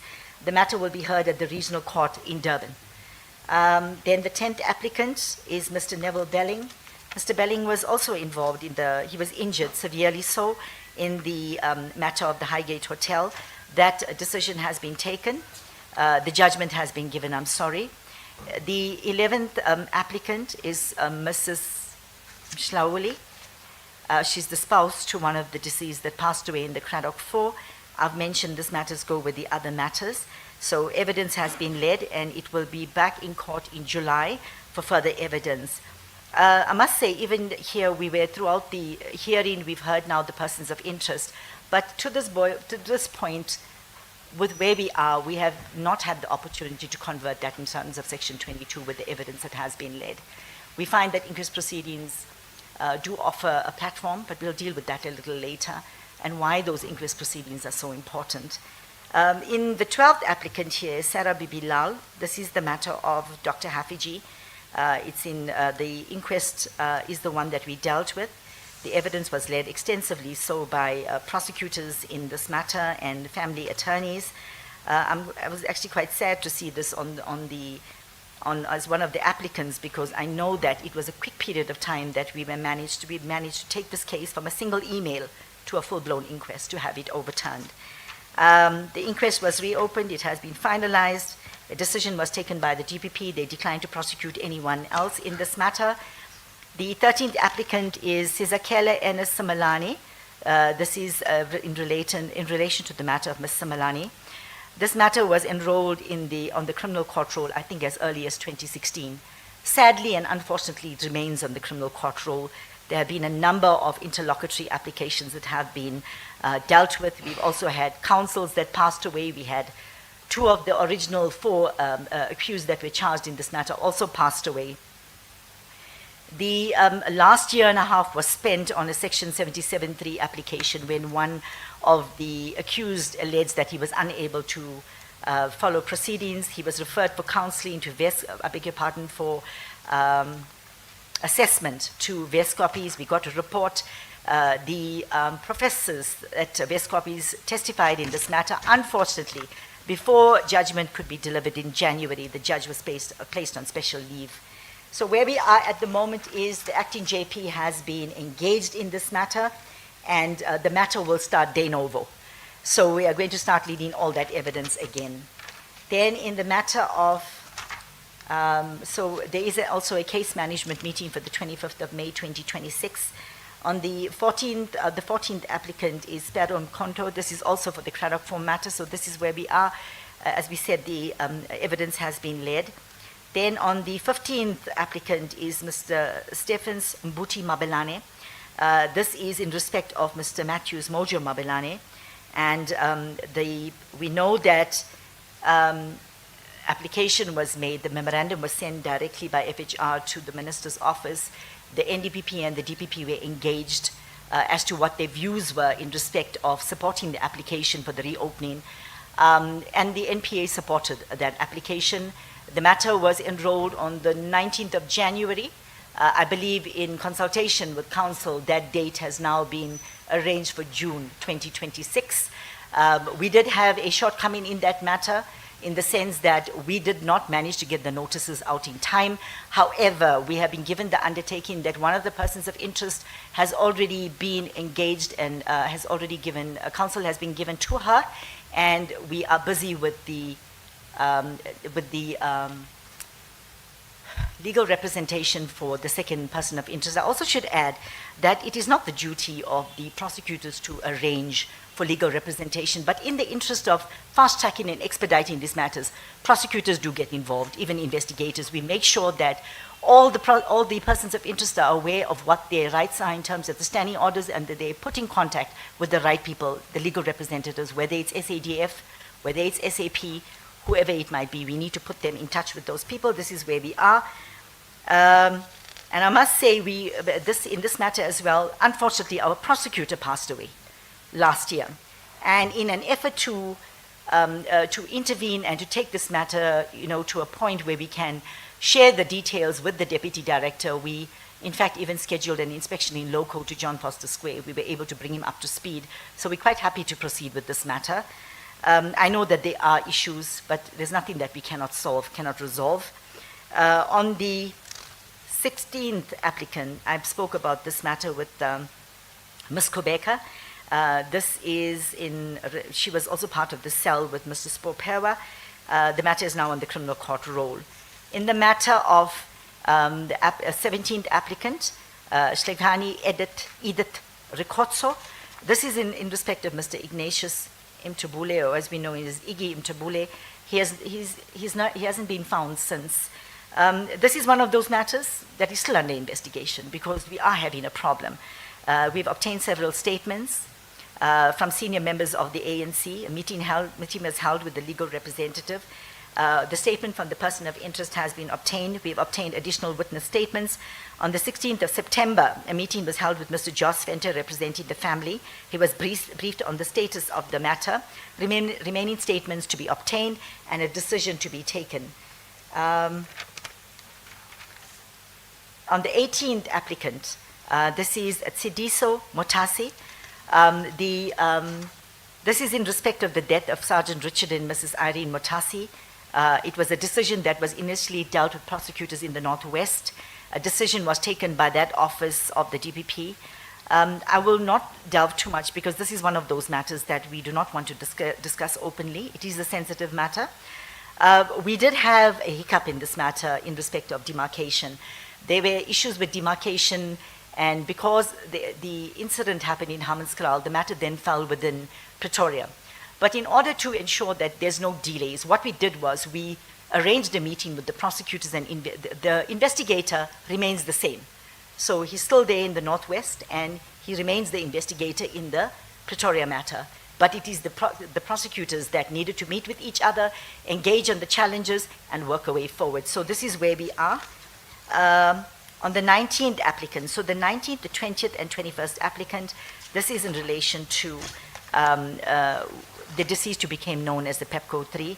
It was Mr. Champion Galela, Sipho Hash, and Mr. Godolozi. I won't pronounce the names. I don't want to sound disrespectful, because I would not be able to do that, but it's a matter in the Eastern Cape where the DPP took a decision to apply to the minister to hold a joint formal inquest. So this is where we are at the moment. I just want to see if we have a date. Yes, it was enrolled.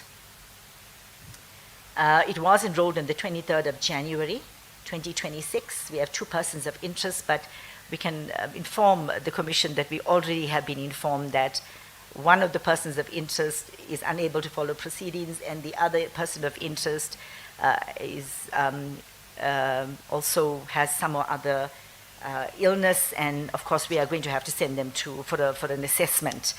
On the 22nd matter, it's that of Mr. Nicholas Majestic Boyki Shlapi. This matter is being heard in the Northwest. The inquest, we applied to the Minister for the reopening of this inquest. Judge Peterson has been appointed. We have two persons of interest. They already have counsels. And the third person who is struggling to obtain counsel, but the matter is back in court on the 14th of April 2026. So that was 2 days ago. 2 days ago. I'm sorry, I don't have an update on that matter, but that is where we are. Then I want to deal with paragraph 68 while we are here. The following statistics are also important. I think let's just pause before we go to the statistics, because we left an issue hanging on, because yesterday, one of the things that Advocate Batoy testified on is that sometimes the NPA takes a decision when you can't prosecute to do an inquest so that families can get closure. Can you then just assist the Commission on the reasons, apart from the closure, why inquests are quite important? Can I just quickly refer to one of my annexures? I think this is very, very important. Sorry. So I'm referring to the Timol inquest, reopened inquest, and I think Judge Motley set it out beautifully why inquests are so important. And I'm at paragraph, annexure A. It would be paragraph 50, sorry, it would be page, I think it's indexed or numbered 58, 59. Yes. So one of the most important things that Judge Motley acknowledged here was that majority of the evidence, we had received it in piecemeal fashion. And he said that, and I want to point out here that this was 47 years later that this inquest was held. And he says at paragraph 6, the reopening of this inquest in the High Court of South Africa is the first of its kind by a superior court and presided by a judge of the High Court. He deals with the investigations, but then he goes on to discuss the Inquest Act at paragraph 13, page 61. Inquest proceedings are regulated by the Act. The purpose of holding an inquest is to investigate the circumstances of death apparently occurring from other than natural causes and where the prosecutor has declined to prosecute. It is therefore an inquisitorial cum investigation process. But he doesn't stop there. He says, just want to see it, I marked it on mine. The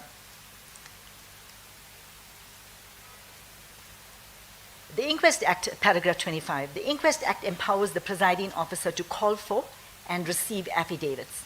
Where necessary, he may decide to hear oral evidence. In this regard, the presiding judicial officer is empowered to summons witnesses to appear in person at the inquest proceedings in order to testify. Paragraph 26, at the end of proceedings and in terms of section 16 of the Act, the presiding judicial officer is required to record a finding upon the inquest as to the identity of the deceased person, the cause or likely cause of the death, the date of the death, and whether the death was brought about by any act or omission, prima facie involving or amounting to an offense on the part of any person. Should the presiding judicial officer be unable to record any such finding, he or she is required to record that fact. And I think what is very, very important here is often that inquests are referred to as, and in my view, inquests are very, very important. For one, in the first instance, majority of these cases, when inquests were held, families were never notified. Families were never given that platform to speak their heart out, to share their pain. And inquests provide that kind of closure for the families. I've heard evidence yesterday that, perhaps it's a consolation prize, and I don't agree with that. I'm of the view that this is an important process. As I said, we have Section 22. In the event that that evidence becomes available, there's no reason why a prosecutor cannot stop the proceedings and convert them to criminal proceedings. But the judge has an extremely important role here, and I think it's at 16.1 D, where he's able to say, has the death been brought about by any person prima facie involving an act of omission? And that is important because when this inquest is now concluded, that transcribed record is referred back to the NPA. The NPA then, we are not bound by the findings of an inquest court, but we can take a decision on the evidence that has been presented. And a typical example was the matter of Mr. Rodriguez. When the Tamil inquest was finalized with all its shortcomings, we were able to take that matter to the point where the original finding was overturned. The J56 is referred back to the NPA, and the NPA took a decision on the facts. And we were able to charge Mr. Rodriguez within a very short period of time, based on the evidence that we had collated.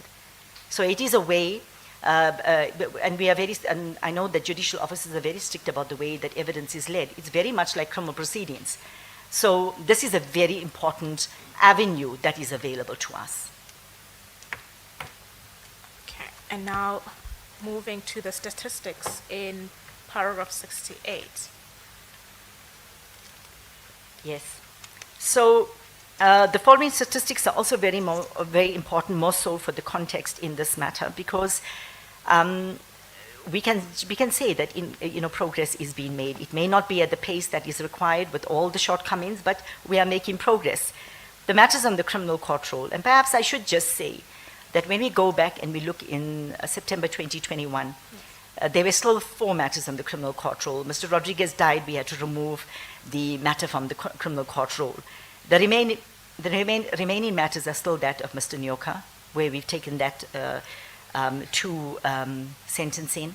Then you have the matter of Mr. Malani. Sadly, that matter must start de novo. And then you have the COSAS-4 matter, where obviously that is the charges of crimes against humanity is being challenged. But on the matters in the criminal court roll, on my affidavit on page 49, I said there were 6. There's now 7. And perhaps next month we can add a J50, a warrant of arrest. We are waiting for the gentleman to make his appearance in South Africa to execute that warrant of arrest. We also have a J175, which is a summons to appear in the magistrate court. We expect that to take place in May. Ms. Singh, sorry to interrupt you. No problem, Commissioner. I just want the context for these statistics. The context is, if I understand you correctly, since September 2021. Yes, that is correct, Commissioner. Okay. So, yes, this is where we are since September 2021. And that will include the cases being handled by the DPP officers? Yes. And those that were, or some of them that were in existence by the time this specialized unit was set up? Yes. So, Commissioners, what we've done is from the period of September 2021, we started to record the progress. Right. So this is where we are at the moment in respect of all those. Now we're talking about 150 matters. This is where we are. From those 150 matters under active investigation, because we've taken decisions on 43 matters.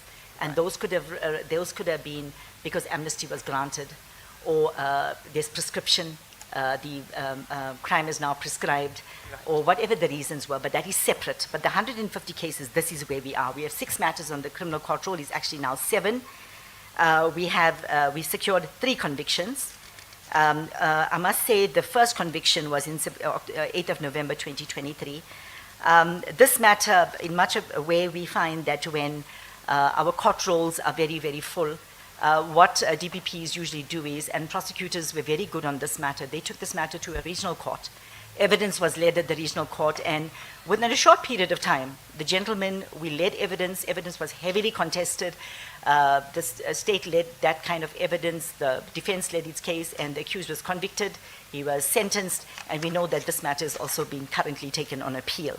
Mr. Madonsela was convicted for the murder of, I'm sorry, I forgot the name of the deceased in this matter, but he was sentenced to 10 years. Wesley, I think his name is, no, that's the accused. Okay, I'll come back to that.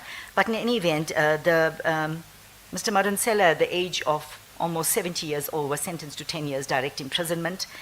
We got the matter of 10 July, Mr. Murray, 15 years direct imprisonment. We have 2 sentencings that are coming up. The inquests that have been reopened on the inquest court roll Can I On- disturb you? Yes. Because on the paragraph that we're currently dealing with, it says convictions 2. Yes. Has that number now been? Yes, it's 3. It's now So we've got 3. 3, and it's 3, but it's for accused. But we use just the cases rather Yes. than the actual accused. Accused that have been, beg your pardon, inquests that have been reopened or on the inquest court roll. It's now increased. Where we reported 12 in October, we are now sitting at 16. We've now also reopened the inquest of Luke Mazwembe. Mr. Luke Mazwembe, this is a Western Cape matter. This is one of those matters that was identified as a death in detention in 2022. We referred that matter, and the prosecutors that dealt with the matter very quickly took it to this point where we applied to the Minister for the reopening, and I believe Foundation for Human Rights is also appearing on that matter. And then we also have the matter of Mr. Brian Nkulunga. It's a reopened inquest in the Northwest. This is where we are. But just to put the inquests and where they are, we already have Craddock 4, Mr. Griffiths Mplenge. This is one that's going to be one where, and I think this is going to be a very interesting one, because despite the Minister giving that authorization, because there was an application by the DPP for the reopening, because we were of the view that there was certain evidence that was not put before the previous inquest court, but we've already faced the first hurdle, where the prosecutors have been told, well, this matter has been dealt with, you need to convince me why we need to place this matter on the roll first. So I believe that our prosecutors are engaging for our first big fight on one of these matters. With the reopened inquest of Chief Latuli, we've dealt with that. That has been finalized. Inquest into the deaths of North Crest 5. This is a matter that is being dealt in Mthatha. There are 5 children that were shot in there, executed. Within 2 minutes, I believe there was something like 70 or 80 rounds expended into the children. We do have persons of interest. This matter is also placed on the court roll. The Highgate Hotel matter, this has already been finalized. The reopened inquest of Mr. Boy Manchi. This is a matter that's taking place in Dar. It is a matter that was fast-tracked in Kimberley, and it was dealt with one of the prosecutors. It was previously closed. We reopened this matter, and this matter will commence in, I believe the matter has been set down for August. In the matter of Mr. Moss Murudi, this is a formal inquest in Northwest. The reopened inquest of Boyki Slapi, Northwest. The reopened inquest of Matthews Mabalane, we've spoken about that. The reopened inquest of Mr. Stephen Bantu Biko. We do have a date for this matter. I believe it's set down for September. Inquest into PEPCO 3, we have a date. Dr. Rick Turner, I've already said this is with us. Mr. Keshla and Kuta, this matter is still being dealt with, but the DPP took a decision that we are going to hold a formal inquest. Where I say pending inquest, this is also, we were waiting for the confirmation of appointments of prosecutors so that these matters can start. Ideally, you don't want to deal with a matter where a prosecutor completes a contract and then you bring in a new prosecutor that does not know what is happening on the matter. But we know that these matters, the DPP has taken a decision. Finalized inquest, we've got 7. Pending application for reopening, we've expedited this, we now have 2. This is also with the national office. Decisions taken at that time, it was 39, it is now 43. And Sorry, can I just disturb, what happened to the 1? Because it was 3 and it's now gone down to 2. We've reopened it. So this is on its way. This will still get to the minister. So the 1 has already been to the minister and reopened. Thank you. Potential prosecutions, we have indictments that are underway. I said 2, but I think we can safely increase it to 5. Okay. So what proportion is it, these statistics you've just taken us through now, Yes. of the 150 that are being dealt Yes. with by the unit? So, Commissioner, what we've done is, because we had matters over a period of time, we divided them into phase 1 and phase 2. Phase 1 was all the matters that came in from 2021, 2022, and 2023. And then the matters that we have in phase 2 are 2024, 2025, and 26. To answer the Commissioner's question, phase 1, we have 107. So 107 of those 150 matters are with phase 1. And to just, if I can just quickly look, I think the last time what we do is when we prepare our monthly reports, we do the percentage of where A, B, and C phases, particularly in phase 1, because we want to get all phase 1 out of the way, dealt with, and then start putting that kind of resources into phase 2. If I can just be allowed just to check quickly. So, Commissioners, yes. In phase 1, as of yesterday, because we completed this yesterday, we have 80 of the 107 matters in the C phase. So this is the point where we either have it on the criminal court roll or we've taken the decisions, and this is the divisions throughout the country. We have 23 matters that are still in the A phase, and that is concerning for us because it means we are still struggling on 2001, from 2021 to 2023, and then we have 4 of the 107 matters in the B phase, at the point where we must now decide whether to see an expert. Would you be able to provide that to us? If it's only for your eyes, Commissioners, yes. Yes, it will be for our eyes. Thank you. I'm happy to do that for you. It is a confidential list that's prepared internally, but I can share that with you. It's confidential with the Commission. Thank you, Commissioners. I'd appreciate that. The report itself is 200 pages. It records updates in every division in the country. Just so then we are clear, because we would have to provide, are we just providing the stats or are you looking for the Just actual? the stats that you read out now. Thank you. Now we can do that. And while we're on the question of statistics, I have a question. You said that there was a thorough search for all of these, for this list of 300 cases. And you also said, Ms. Singh, that nobody can see that list, but you think it actually should have been more. Commissioners, we had 20,000 gross human rights violations. Right. And they related to 14,000 offenses that happened. I cannot see how it would have been only 300. Only 300. Now, you also mentioned that references, well, you and your team, I'm using that generically, have gone back to the TRC report. And my recollection is that the TRC report actually gives a breakdown, for instance, let's say, of those who were refused amnesty. Yes. And you say that your team has gone through that. What we've done is, Commissioner, I want to be honest, we were very worried about capacity. Right. And now that we've got permanent prosecutors, we are in the process of applying for 10 more. But what we wanted to do was to make sure those 19 are placed in the divisions, and then we allocate extra resources in the divisions that have the highest volume of matters, because then it makes sense to deal with it. But to be honest, the TRC final report, 7 volumes, each one 500 to 600 pages long, and it makes a finding at the bottom that the TRC finds that the SEP did this or the liberation movements did that. Right. Let me focus your mind on one class only. I understand that our country was, it's amazing that anybody survived given our history.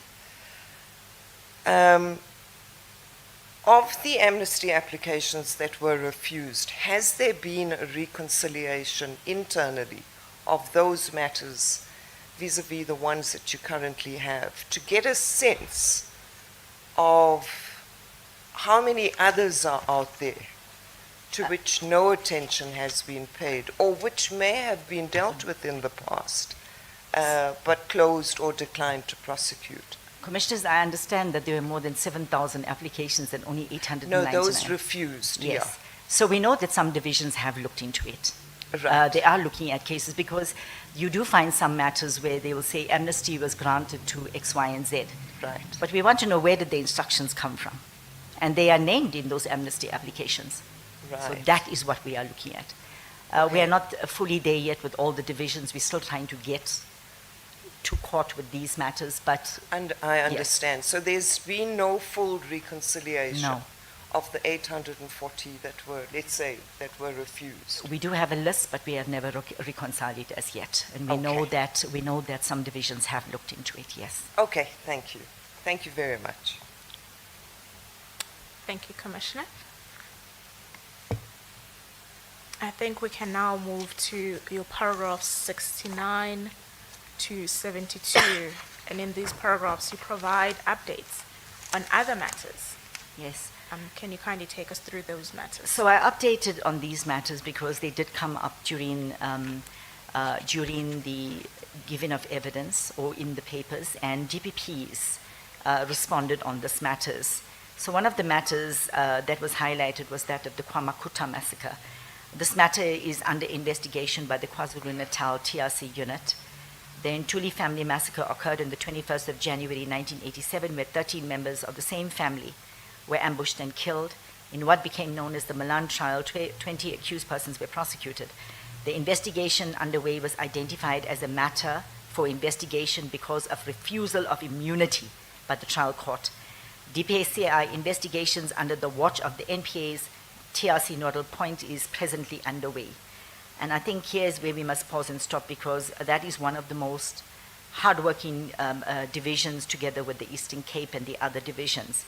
During a meeting, this is how the KwaMakuta massacre came about, the discussion, and this is given to me in a report. During a meeting held with NPA, DPCI, and legal representatives on the matter of Dr. Rick Turner, inquiries were made for information on the Ntuli family massacre, which has already been identified and registered for investigation. The Ntuli family is kept updated on all developments in the matter. So this is where we are in respect of the Ntuli matter, I beg your pardon, the KwaMakuta massacre. I cannot recall whether this is the matter that Advocate Howard Varney spoke of yesterday in respect of the docket. Yes, it is. I must say that I heard that he said that he sneakily handed the docket in at KwaZulu-Natal, but I wanted an update on the matter. And I contacted the prosecutor that's dealing with the TRC nodal point, and I was informed that we don't have a docket. So I think we will follow up on that to see what happened to that docket. And we'll take it from there. Then on paragraph 70, the eSeKaweni matters were committed in the context of the political violence between certain political parties. This matter is also under investigation. Both the NPA and the DPCI provide feedback to the families. The mandate is to focus on matters which were referred to the NPA by the TRC. While some matters were considered and decided upon, others were not dealt with by the TRC. Where there is evidence of the commission of a crime, charges will be preferred. And I must also add, there were many families that did not go to the TRC because they didn't trust the process. But they have come to us, for example, the Imam Haroon matter. That is a matter where families did not go to the TRC, but that was taken to a full-blown inquest. So we don't turn families away. And we try and do as much as we can on the matter. In the Bambo matter, we dealt with this. It's a response to the, also at the Portfolio Committee. In this matter, a decision has been taken, and I believe there was a meeting with council a few days ago and the DPP's office. The matter of Sons and Else, this was an offshoot from the Timor matter.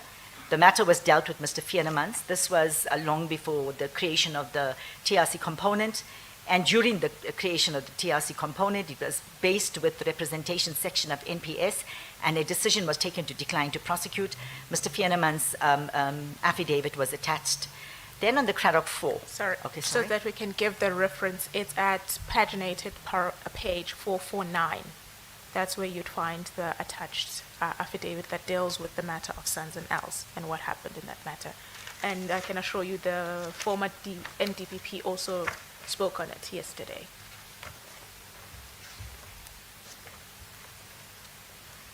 Can I proceed? Yes, On the please. Craddock 4 matter. So the Craddock 4 docket has been sought from 2013. That much at least I ascertained in 2023 during an accountability session. It was very important for us to locate that docket because we already knew that a decision had been taken on that matter. I made quite a few inquiries. When I started when the TRC component was created, it was early in around January 2022 that I went to the document section of the NPA.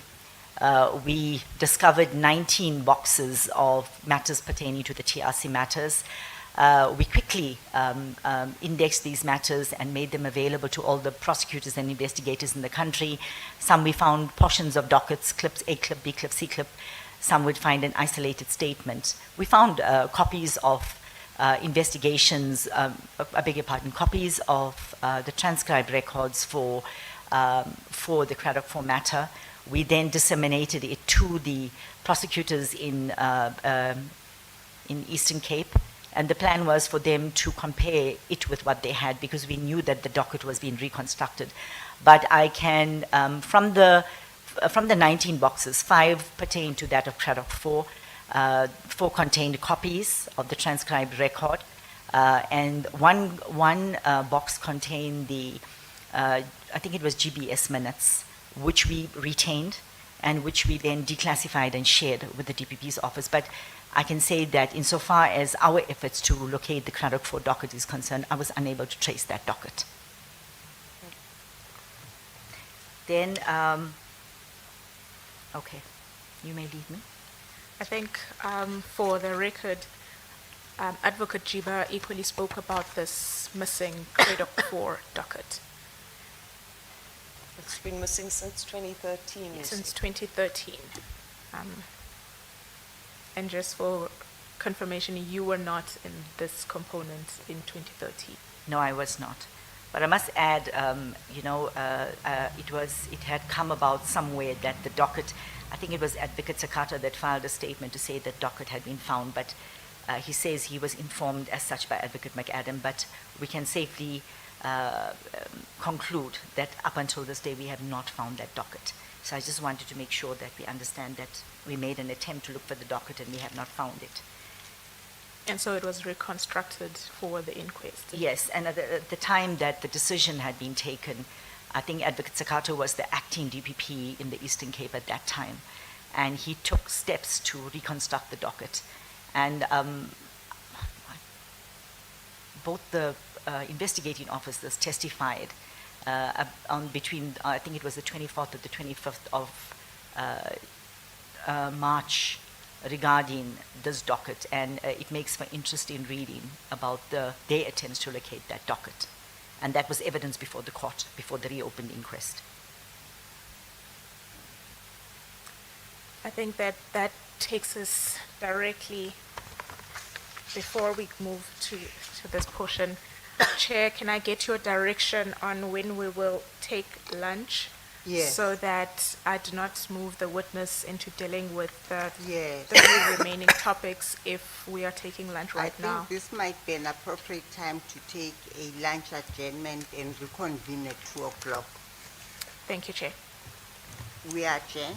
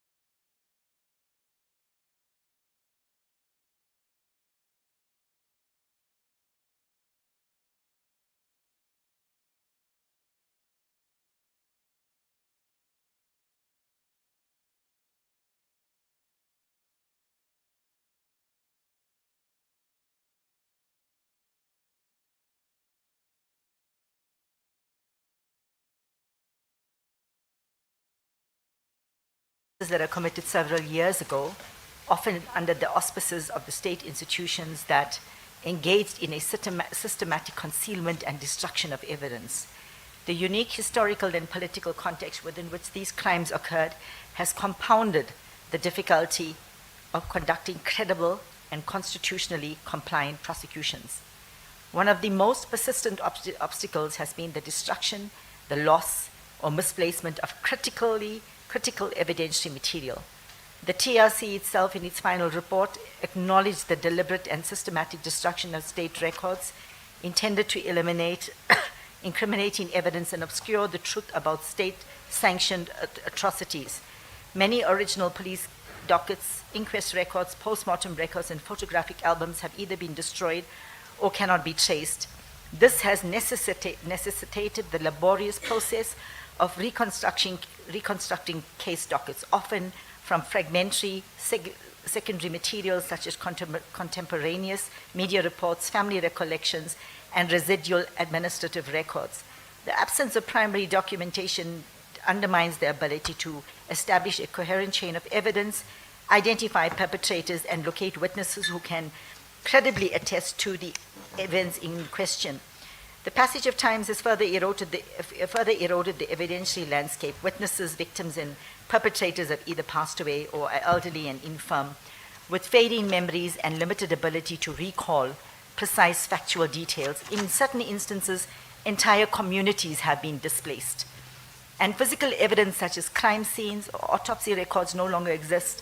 The challenge, therefore, lies in balancing the imperative of justice and truth-telling against the procedural rights of an accused person, particularly the right to a fair trial. Courts have in several instances expressed concern about the prejudice arising from the prosecuting cases that are several decades old, especially when key witnesses are deceased or evidence has irretrievably disappeared. I also want to refer to a paragraph that was quoted in the full bench judgment of Rodriguez. And this is a Constitutional Court case judgment that was delivered already in 1996. And it's the Azanian People's Organization versus the President of South Africa. And in relation to amnesty, this is what the judge said. Most of the acts of brutality and torture which have taken place have occurred during an era in which neither the laws which permitted the incarceration of persons or the investigation of crimes, nor the methods and culture which inform such investigations were easily open to public investigation, verification, and correction. Much of what has transpired in this shameful period is shrouded in secrecy and not easily capable of objective demonstration and proof. Loved ones have disappeared, sometimes mysteriously, and most of them no longer survive to tell their tales. Others have had their freedom invaded, their dignity assaulted, or their reputations tarnished by grossly unfair imputations hurled in the fire and crossfire of a deep and wounding conflict. The wicked and the innocent have both been victims. Secrecy and authoritarianism have concealed the truth in little crevices of obscurity in our history. Records are not easily available. Witnesses are often unknown, dead, unavailable, or unwilling. All that effectively remains is the truth of the wounded memories of loved ones, sharing instinctive suspicions, deep and traumatizing to the survivors, but otherwise incapable of translating themselves into objective and corroborative of evidence which could survive the rigors of the law. And I think if this was already acknowledged as early as 1996 in a Constitutional Court judgment, that was the whole reason why we went the TRC way, because it was because of the challenges that this decision is telling us it posed already at that time. And the reality is that we still have those challenges. We are not saying that we are abandoning, we will never abandon. Up until the time that we can finish every case that we can, we will take decisions on those matters. Thank you. I think then we can swiftly move to your second affidavit. And we'll return to this affidavit as well as you close. Commissioners, there are two affidavits that should be in your files. So the second affidavit is the one should depose to on the 31st of March 2026. Advocate Singh, can you tell us why you deposed to this particular affidavit? So during October 2025, I deposed to an affidavit in response to a Rule 33 notice from the Chief Evidence Leader, Advocate Ismail Semenya, SC, with a view to place before the Commission a full account of the NPA's measures, progress, and challenges in relation to TRC matters since the establishment of the dedicated component.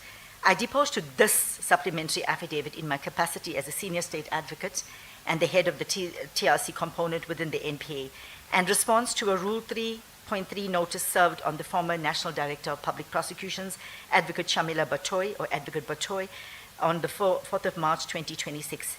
In the notice, the evidence leaders indicated that they intended to present the evidence of Mr. Shadrach Ganda, or Mr. Ganda, who in their opinion possessed information that relates to allegations against Ms. Advocate Batoy and that are relevant to the Commission's work. Yes.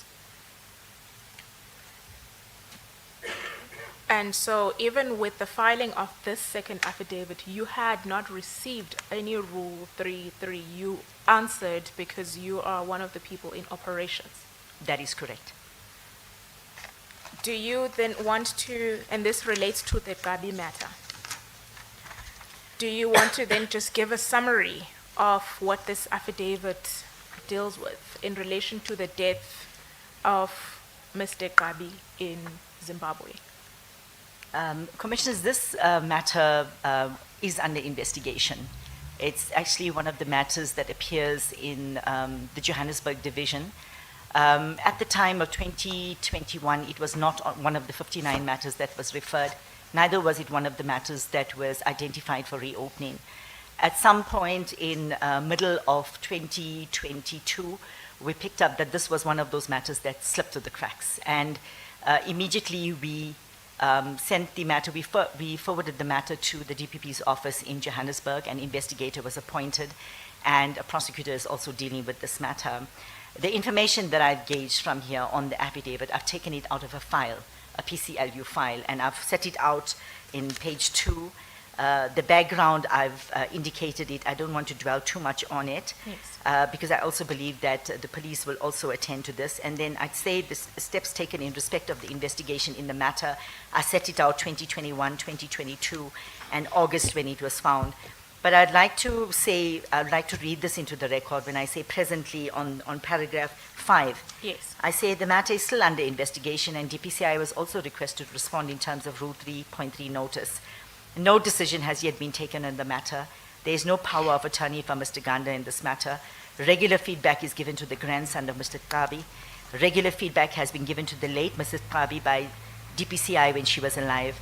A mutual legal assistance or an MLA request has been processed from the national office, and no feedback has been received from the Zimbabwean authorities as the deceased passed away in their jurisdiction. The matter was also investigated within their jurisdiction.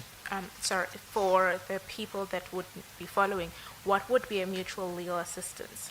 So our countries have entered into, let's say, agreements where if you require information, in terms of that agreement, we'll exchange that kind of information. I don't want to add too much on this. Safe to say that DPCI will deal with the steps that we have taken, because we are struggling with MLAs at the moment. We are quite happy to give information to other countries, but it's been a bit slow. So I think they will take the next step as to how to obtain the information that we need. Thank you.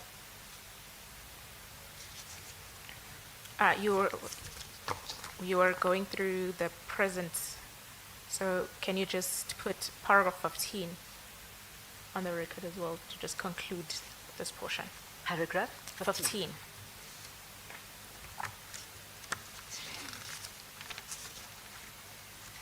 In conclusion, the National Prosecuting Authority has taken deliberate steps to address the backlog of TRC matters through the establishment of a dedicated TRC component and the adoption of a prosecution-guided model. These efforts have strengthened coordination with DPCI and ensure accountability in the handling of apartheid-era cases. Despite challenges such as missing records, the passage of time, and limited capacity, progress has been made through joint accountability sessions, enhanced skills training, and a victim-centered approach that continues to build trust with affected families. Thank you.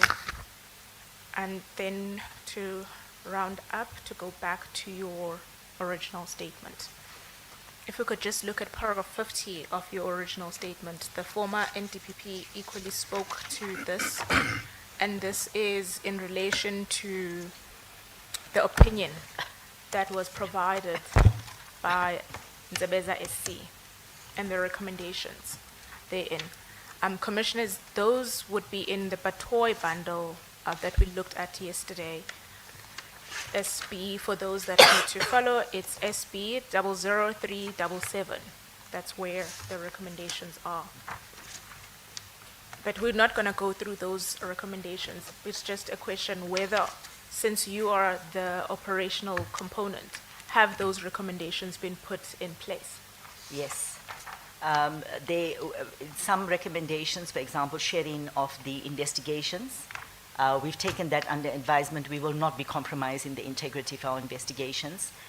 Insofar as electronic case management systems, yes, we are busy with the electronic updating or capturing of matters. We find that it's very important that this be done. This is a joint venture with both NPA and DPCI, but because of the fact that it concerns two organizations, two separate departments, we have experienced a few hiccups in that, but our IT department is busy with the program. We'd like very much to put that in place soon. Okay. Then I can just perhaps say all the common challenges, because that's what one of the recommendations were, whether the challenges, common challenges and obstructions by other organs of the state have been dealt with. Yes, to a large extent we deal with all. The current the NPA to finalize the TRC prosecution policy, we are of the view, whilst we had that kind of an opinion earlier that it might be worth the while to put that policy in place, the Nkadimeng judgment was very clear. Judge Dwaba has put out clear directives for us that the first prosecution policy serves all cases, whether it is TRC related or not. And we will be, that is what we are progressing on our matters with. We will fall in line with the Nkadimeng judgment. Then, perhaps just the issue of the legal costs of former police officers, we've dealt with that. Liaising with NIA. I don't think NIA exists anymore, but what we've done is we are in the process of, well, we've just continued engagements with all the different stakeholders to access the documents that are there in their possession. So that would be now you're liaising with the state's security? Yes, agency. State Security, South African Defence Force, all the government departments, South African National Archives. We've already engaged with them in respect of accessing documents. NPA to adopt the stance on the pursuing of the charges of crimes against humanity. We have the reportable judgment of State versus Ibrahim and others. We have Ephraim and others. Commissioners, we have circulated this judgment to all DPPs. DPPs have the discretion to decide whether they will frame charges in respect of crimes against humanity, but that has been shared with all DPPs. Then,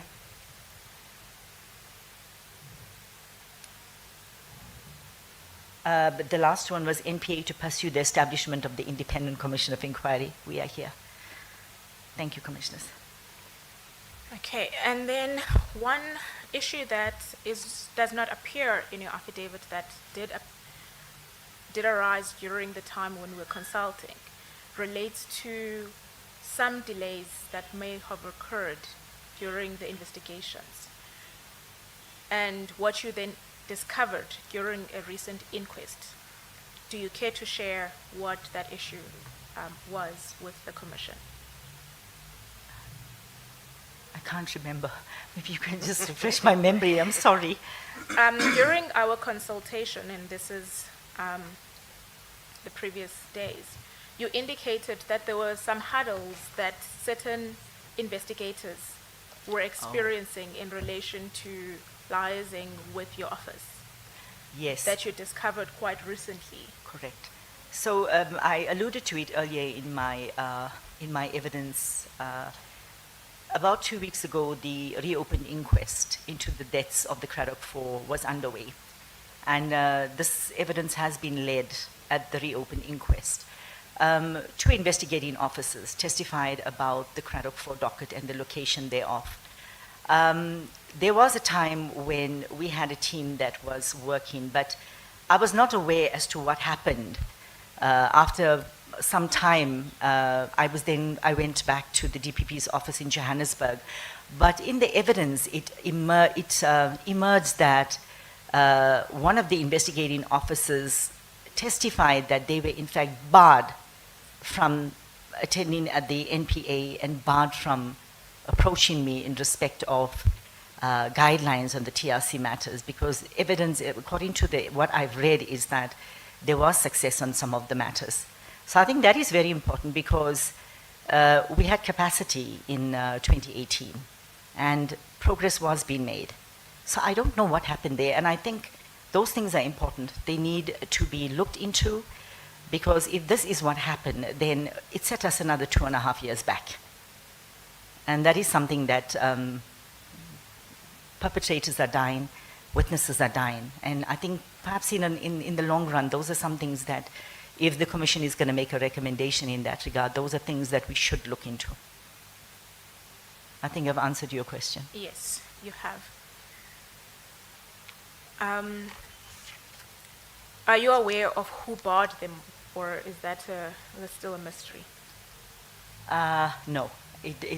From the reading of the record, I've asked for the transcripts of the matter. I think I would have liked to have asked the question if I was leading the witness, but it didn't emerge, it didn't come out clearly. But I know that names were mentioned, and in particular that police officers had to go through a particular person in order to get access cards to the NPA, the national office. So I just felt that it was very important, because I've been in the dark all this time. And it came out there unsolicited that this is the evidence that was placed before the court.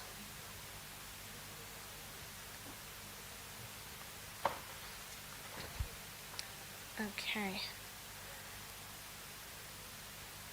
And then I think, then to conclude, can we go to your paragraphs 83 to 85, which is where you end your evidence? Paragraph 80? 83 to 85. If you could just then give an overview of your conclusions there.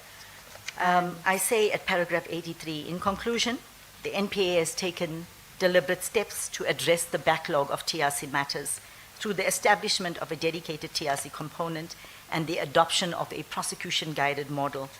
These efforts have strengthened coordination with DPCI and ensured accountability in the handling of apartheid-era cases. Despite challenges such as missing records, the passage of time, and limited capacity, progress has been made through joint accountability sessions, enhanced skills training, and a victim-centered approach that continues to build trust with affected families. I confirm that during my tenure, there has been no political interference during the investigation or prosecution of TRC matters, and the work continues to advance the principles of truth, justice, and accountability. And in that regard, is there, as we conclude, is there anything else that you would want to place on record before this commission? No. Commissioners, that would be the evidence of this witness. Thank you, Ms. Nkloko. Ms. Moroka, any clarificatory questions? No clarification questions, Thank Chair. And on behalf of the police, Yes, Ms. also Ranto. Ms. Ranto is listening in, but has instructed that I inform the Commission that she has no questions. Thank you, Ms. Moroka, for that. Ms. Rukhoto? Thank you, Chair. On behalf of Advocate Smelan, we have no clarification questions. Yes. Ms. Ntambeleni? Thank you, Chair. Just on behalf of Advocate Jiba, I have just, I think, 2 questions that I would like to have clarified by Advocate Singh. Advocate Singh, you have largely testified about the issue of dockets being reconstructed when such dockets have gone missing or misplaced somewhere, somehow.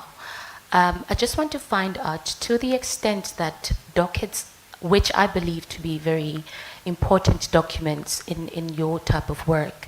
To the extent that such happens, what security systems or what security standards does the NPA at this stage or has put in place, if at all? I will comment from the time that I've been with the police and as a prosecutor.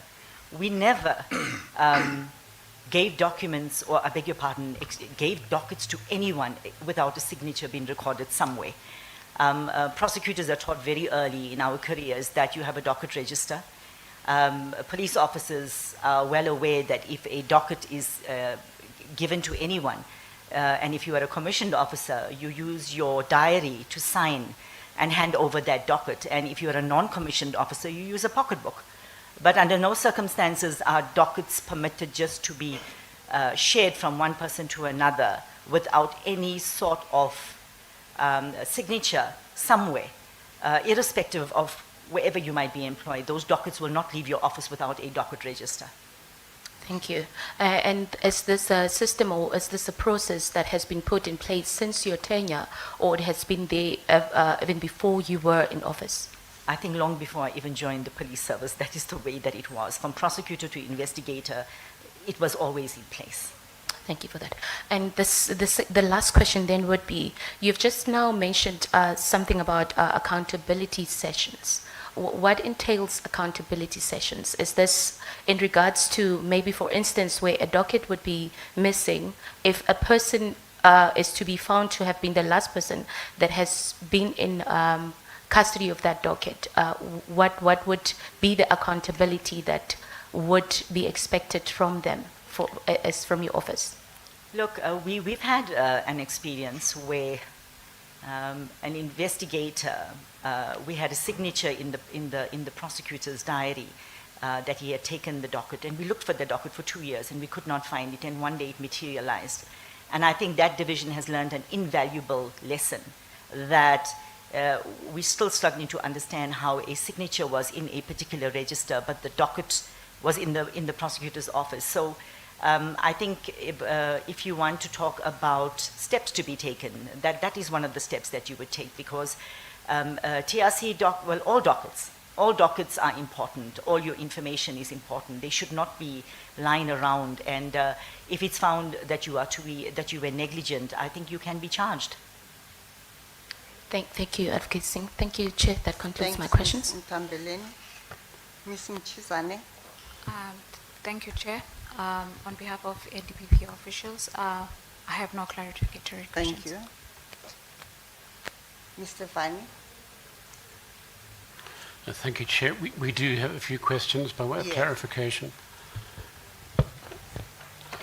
Firstly, Advocate Singh, I should make a disclosure. You've already alluded to the fact that we have done cases together.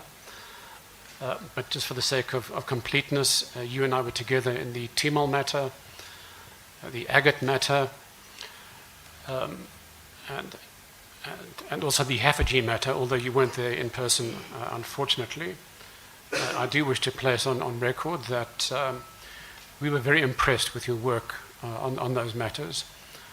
In fact, so impressed that we approached Advocate Betoy, then NDPP, to request that you be placed, in fact, in charge of the TRC matters, and I'm happy to see that in fact happened. I did also ask for you to be placed in the Haffergy case, but that request wasn't acceded to. But nonetheless, we placed on record that your groundwork in Haffergy made a success of that matter.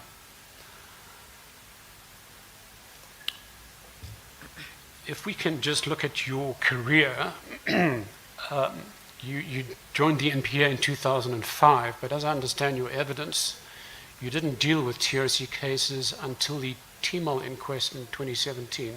That is correct. So when you were asked whether you had experience in any political interference, your answer was a firm no. You're aware that from the side of the Kalata group, the families and the foundation, that we make no allegation of political interference from 2017 onwards. Okay, I understand. And So from our perspective, it stands to reason that that explains why you have personally not experienced any such interference. You would agree? Not. Sorry, Commissioners, yes, I think people would be very brave to approach me with that kind of any interference. Yes, and I would attest to the fact that they would come off second best if they did.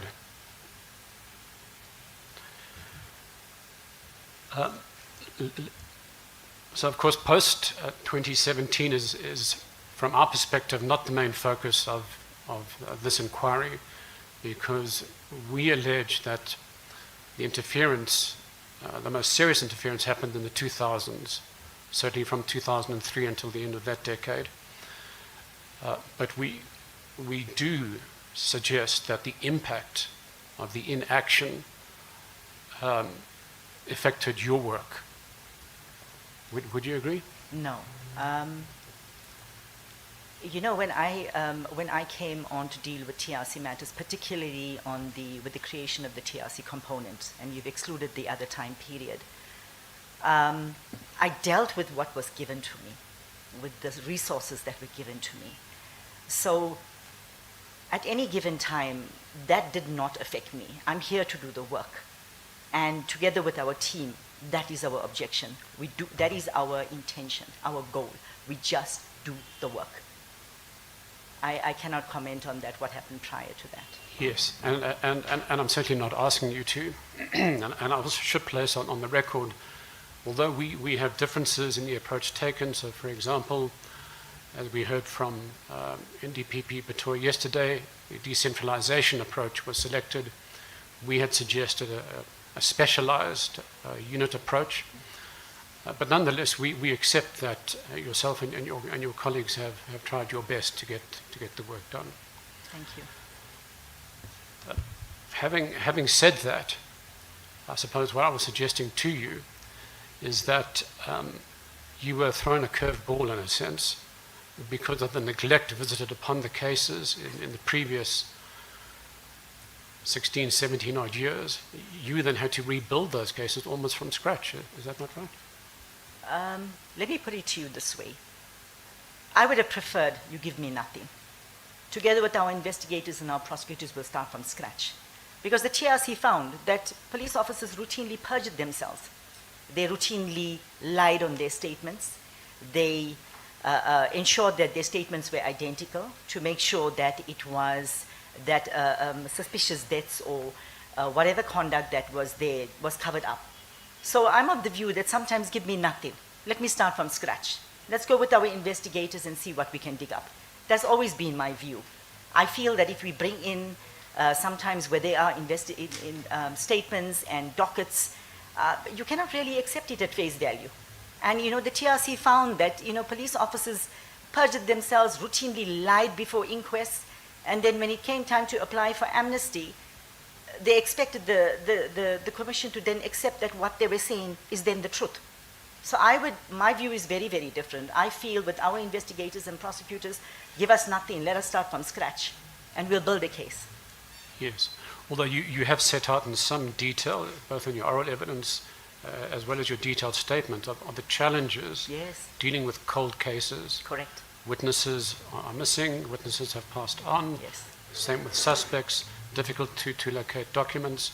So an old cold case is much more difficult to solve than a fresh case. I'd like to say we like a good challenge, Mr. Yes, Counsel. and knowing you certainly do like a good challenge, and I couldn't think of a better person to be taking on these cases, but nonetheless, those challenges remain. Correct. So let's then turn to the progress on the TRC cases, and first starting from 2003, and with the caveat, of course, that we now know that you were not involved in 2003, you only became involved in 2017. But we do know that, or perhaps before I get to the question of prosecutions, let's deal with inquests, because I agree with your summation of why inquests are important. And As I said yesterday with Advocate Batoy, I'm a big fan of inquest because it helps victims and families to reach closure. They can bring their own legal teams to the proceedings and be involved, just as you and I collaborated closely on inquests. So it definitely helps them to reach closure. It helps them to seek the truth and understand what happened. Correct. But would you agree that an inquest, unlike a prosecution, doesn't deliver justice per se? It doesn't deliver an acquittal or conviction or sanction? You are correct. Yes. And so from the perspective of many families, while they do appreciate an inquest, for many of them, real justice means a prosecution under law. So then turning to prosecutions, and then just looking quickly at the period 2003 to 2017, in which you had no involvement. From what we can ascertain, there were around 7 prosecutions that were launched, all except one were either or up to 2007. And then there was a 2016 prosecution in the Nokutula Simelane case, which you would be familiar with. But you will recall that case only happened because Tembi Simelane went to court to compel a decision. Yes. Yes, yeah. Then turning to the period 2017 to the current day, and here I'm relying on page 49 of your statement. There have been 6 indictments, well, I think 7 cases, because Khampepe and Pewa are being heard together. And as you pointed out, we have 3 convictions, Madonsela, and then actually I think in the Nyoka matter, it's 3 convictions. It's 3 people. It's 3 persons, 3 accused persons. But so we can say there are 3 convictions, yes. Because it would be the Madonsela matter. Just speak up. I'm sorry, Commissioner. So you'd have the Madonsela matter, and then you'd have Murray because he's separated, and then you'll have Mr. Engelbrecht and he's co-accused as the third. So it's 3 convictions. Yes, and adding Madonsela, we have 4 convictions. No. So the conviction is taken as one group. Okay, but in terms of individuals at least? Yes, it would be 4 persons. Yes. So in the Kalata Group affidavit, just looking at the question of delivery when it comes to prosecutions, they described it as dismal. What's your response to that description? I would say that I don't want to compare what we've done in the last 4 years compared to what has not been done in the last 30 years. And I think I want to make it abundantly clear that, look, given all the issues that have come up during this commission, I still am of the view that we may not be at the place that we want to be, but we are still way ahead of what happened. And I will stand by that. Yes, you've made that clear. But if we were to look at least the last, say, 23 years, and I'm aware that you were not involved for the full 23 years. Does it help us? Sorry, Commissioner? The answer help us. Well, I just want to... 23 years. Okay. It was not involved. Yes, Commissioner, but just as... Asking for your opinion. What kind of elucidatory question is that, Mr. Vani? Well, it's just whether she agrees with the Kalata Group that over the last 23 years, when it comes to prosecutions and convictions, the delivery has been dismal. But given her evidence, how is it going to clarify what she has already testified to? No, I accept it's You not... want to put a version of the Kalata Group to her. That's not clarificatory question in my opinion. Okay, Chair, I'll move on. Thank you.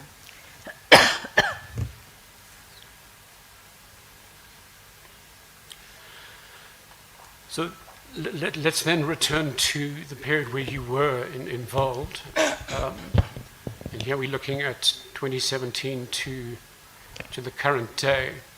Although to be fair to you, you only started with the TRC component during the course of 2021, I think. Correct. Towards the end of September 2021. Yeah. Well, September 2021. Yeah.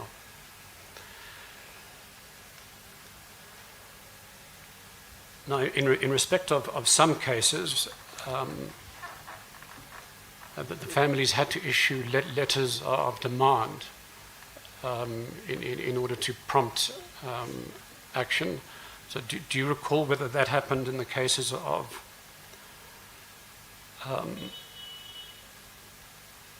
Agate, Hafiji, Haron, Inyoka, and the Craddock Four? Yes, I think it did happen. Yes. And in fact, in Craddock 4, as you would be aware, litigation was actually launched around the time you started in the TRC component. I'm aware. To compel a decision. You are correct.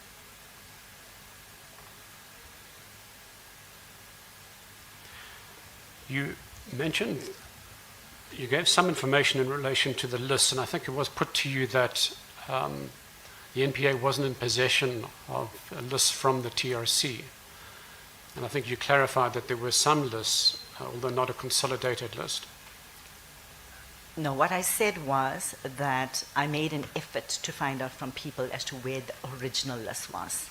And then I clarified as to what I had received when I started in September 2021. Okay. So just for the record, what we have in our possession, and I hope that it has come across your desk, is a list dated 7th of March 1999, sent by the NPA to, at least sent by the TRC to the NPA. That was a list that dealt with cases from the KZN, Eastern Cape and Western Cape, but not Gauteng. Okay. You have a recollection of that? No, I don't. Okay. I don't. Commissioners, it's in bundle 1 at page 360 of the Kalata Group. Come again, bundle 1? It's in bundle 1. Yes. The Kalata Affidavit Yes. at page 360. Thank you. And then there's another list, which, and I think it's this list that you probably have. Commissioners, this is also in bundle 1 at page 382. And this was a list that was, I understand, I think it was faxed by Advocate Pryor, who was at the TRC, to an Advocate Ferreira, who was at the ANC. It's 102 pages long, and it includes a table of 226 cases. It includes offence, date and place, victims, perpetrators, and organizations. Does that list ring a bell? I don't know what list you're talking about, Advocate Vani. I don't have it in front of me. Okay. This list, I'm sure, was provided to the NPA. I think I might have, when you became TRC component, I might have forwarded it to you, but we're happy to share it with you again. Is that the original list? Well, I wouldn't say it perhaps the most composite original list, but it's certainly one of the lists and the most comprehensive that we've come across.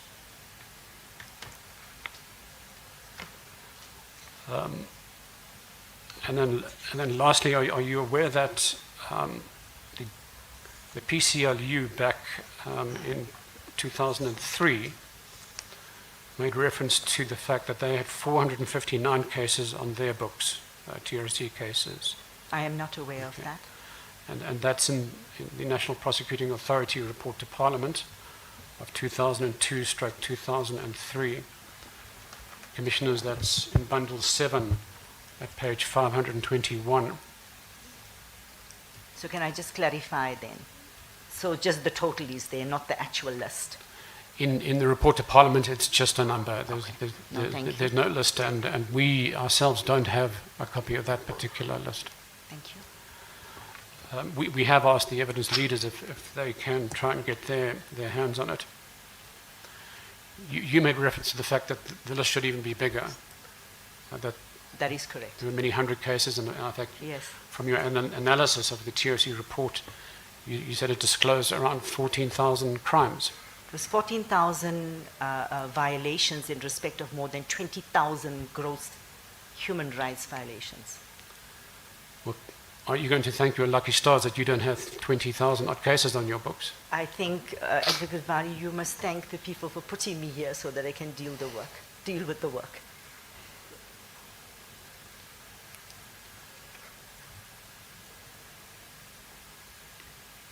Now, you made reference in your evidence in chief to the age of matters and the suspects being a big issue when it comes to your approach to these prosecutions. And I think, if I managed to record your words correctly, you said you're 23 years too late and you've started with a limp. That is correct. Yes. And of course, am I right in saying that just given the age of these matters, some go back to the 60s, 70s, 80s, You're correct. that suspects and witnesses are dying all the time? Yes, but I must also add, what we've done is, you've actually jogged my memory, we have started to take evidence on commission. So where we are aware that witnesses are very ill, we've done it in the matter of Chief Lutuli, and our prosecutors are on hand with the investigators. We've taken evidence on commission and we've given training on evidence on commission. So that is where we are. You are correct. Okay, I'm very pleased to hear about that initiative. It is something that we suggested some years ago to individual prosecutors. Is that now a policy or approach that has been adopted? I don't think we can say it's a policy, but it's the approach that we've adopted. Prosecutors have been informed, investigators have been informed, we've offered training. It's there, it needs to be done. That's good to hear. So just on the question of the age of the matters, and to give some examples, just from two cases, PEPCO 3 and Craddock 4, you made reference to both cases in your evidence, and in your report dealing with all the different cases, you made reference to the fact that there are two persons of interest in PEPCO, but that both have put up issues around their ability to testify. That is correct. Yeah. So unfortunately, I must bring to your attention that one of them, Gerhardus Biesla, a former Vlakplaas operative, that he died within the last two weeks.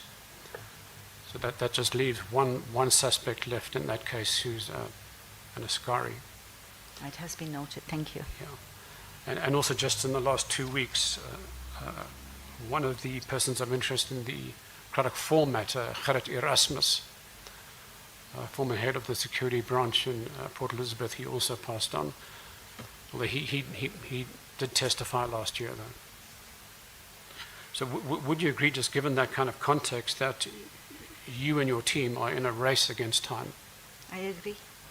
That is something that we've acknowledged. Time is not against, time is against us. Yes. And you also made quite a few references to the Rodriguez case, and in your statement it's mentioned at paragraphs 9, 11, and 50. Do you recall one of the reasons that have been put up for the delay, particularly in the post-apartheid period, being that political interference had interfered with the progress in cases such as the Timor case, and the NPA then filed an affidavit after Mr. Kaji had put up affidavits from Advocates Bakoli and Ackerman. Affidavits were then put up on behalf of Advocates Pretorius and McAdam. And in the Pretorius affidavit, the NPA admitted that it had been subjected to interference back in the 2000s. You recall that? Before this witness answers this, I'm not sure this is a clarification question, Chair. In actual facts, Mr. Vani has one, given evidence to the witness, and then proceeded to ask the witness about the very thing the witness has repeatedly said, I know nothing about? Yes, Mr. Van. Well, I'm not asking her to answer something about which she knows nothing about because she was involved in the Rodriguez matter. I'm simply asking her whether she recalls that that was the position of the NPA put up in its papers. Yes, I'll allow the question. Thank you, Commissioners. I remember that untested allegation. Yes. Well, it's more than untested. It was the version put up by the NPA at that time. An untested allegation at that time. Yes, yes, it was untested.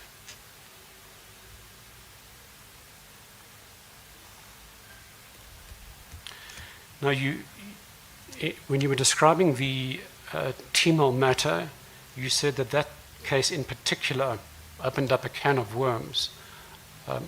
What did you mean by that? I think after the Timol inquest, there was hope for other families. That matter, in my view, it was 47 years old already. But because of the fact of the work that had been done by the family, the work that had been done by the councils, and the evidence that was led, I think that gave hope to a lot of the families. And a lot of families came forward. In fact, if we remember the Mare matter, the matter of Caiphas Nyoka, Mr. Mare's evidence was that he was sitting in his lounge and he heard the evidence that was being given in the Timol matter. And it was then that prompted him to go and make that confession, which has now seen him behind bars. So yes, I think there's a lot of, and there's perhaps something that I should also say, when we have commissions like this, and we appear quite often in Parliament, I don't know whether, we are aware of the fact that we have a lot of persons of interest and suspects that have WhatsApp chats. They communicate with each other. They are following what we are doing. And it does not make our work any much easier, because we know that if police officials visit a person in respect of a warning statement, before he can get to the second person, the other person just doesn't answer the phone or makes himself unavailable. So those are the things that we are looking at. Those are the things that we are dealing with. So to answer your question, yes, it was one of those cases that I don't think anybody thought in 47 years we would get that kind of justice. And granted that the NPA was able to enroll that matter after investigation was completed by DPCI. Thank you.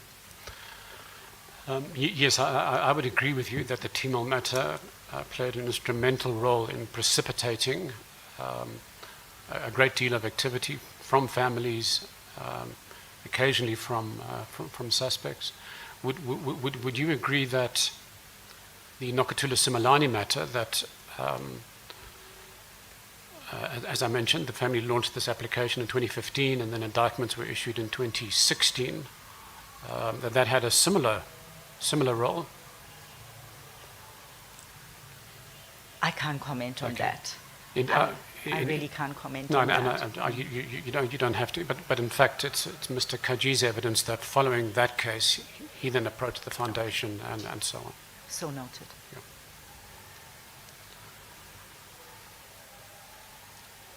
You've highlighted some of the problems in investigating these cold cases going back decades. And one of the issues you raise, and I'm glad you raised it, is the question of declassified documents. And that every time you want a document that is currently classified, even though the classified marking goes back to perhaps the 1970s or 80s, a process has to be launched for purposes of declassification, and that of course takes time. And you gave the good example of the Craddock 4 case, where we had asked for documents from Department of Defense more than 3 years ago, and we still don't have them because of the problem that you mentioned. And I want to put a proposition to you. Is it a proposition or a clarificatory question? Well, it's a suggestion on how to deal with declassified documents. So But how does it help us in clarifying her evidence? Chair, I admit that it doesn't help you. Yes. Although it might help the NPA in accessing those documents. No, I will not allow it. Okay, as the chair pleases. I will communicate my suggestion to her privately. Yes. Yes.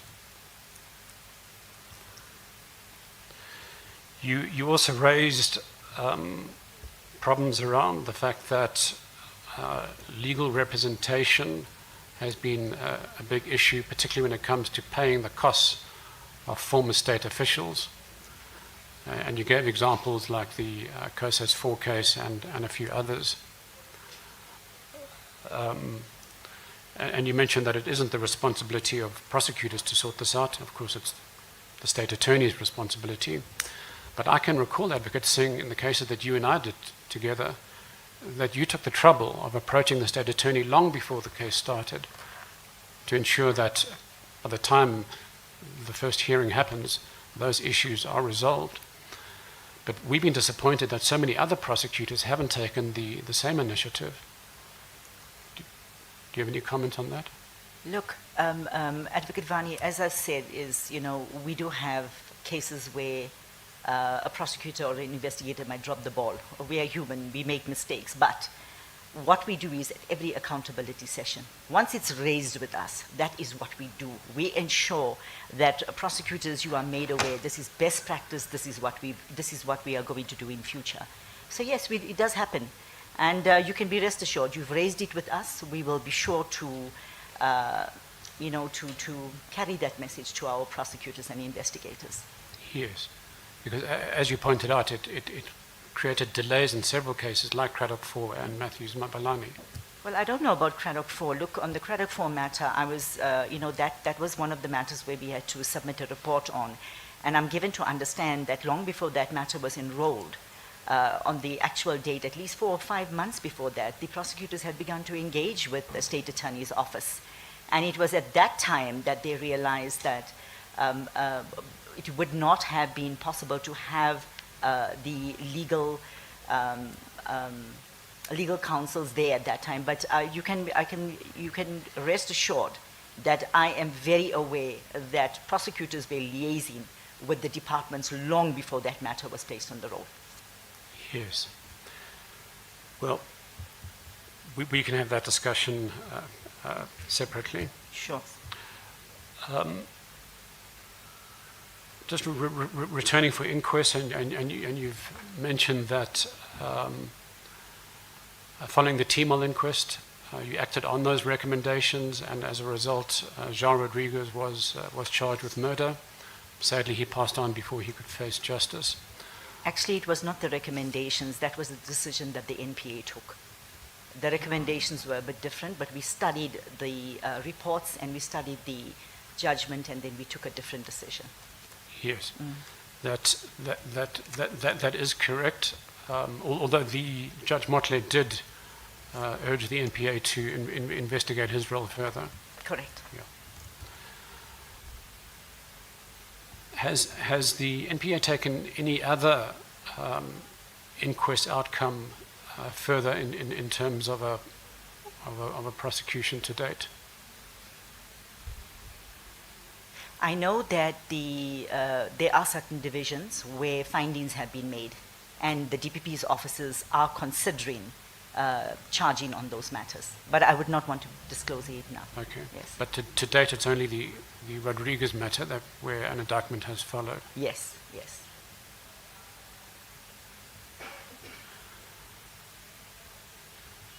Then at paragraph 69 and 70 of your statement, you deal with the Kwamakuta Intuli family matter, the Kwamakuta massacre, as well as the eSeKhabweni hit squad case.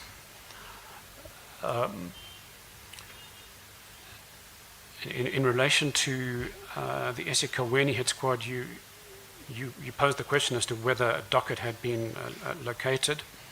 I can just bring to your attention that not a docket, but a report to the Attorney General compiled by Shamila Batoye when she was an advocate with the Investigation Task Unit, That was passed on to the KZN NPA office, I believe it was Harry Duplessis, in March of 2023.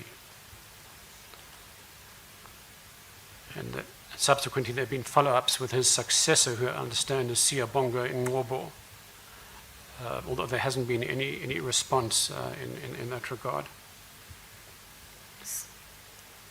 In relation to Kwamakuta, a bunch of materials were passed on also to Advocate Ngobo in May of 2024. Chair, I'm sorry to disturb my colleague. I'm not sure what the question is. What I'm currently listening to is updates. He is currently giving Yes. the witness updates. Yes, we are still coming to the question. Yes. He is now dealing with Kwamakuta, giving an update. Chair- Let's allow him to complete his question, Ms. Nhloko. Yes, Chair, I would like a question because at this point he's given about Yes, two allow matters. him time to do that.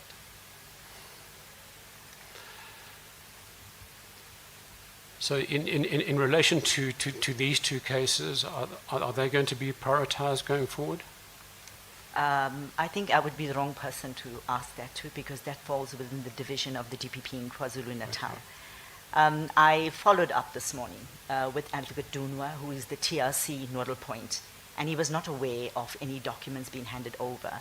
But I'm also aware that Advocate Ngobo is joined our unit now permanently, and we will follow up with the DPP's office as to what the process is. Yes. And in relation to cases like this, is it the approach of the NPA to try and work up the chain of command in your investigations? I don't know what you mean about cases like this, because I do not have in-depth knowledge of the matter. But I would think that Advocate Dunwa and his team are very capable in the event that, and I know that they do not go for quote-unquote low-hanging fruit.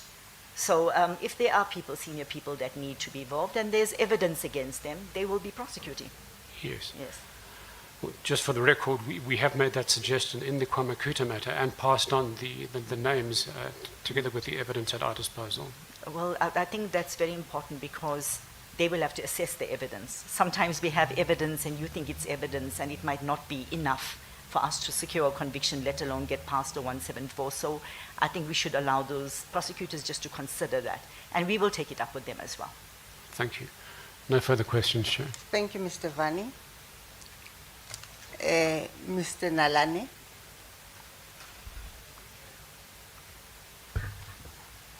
Thank you. Good afternoon, Ms. Singh. Good afternoon, Counsel.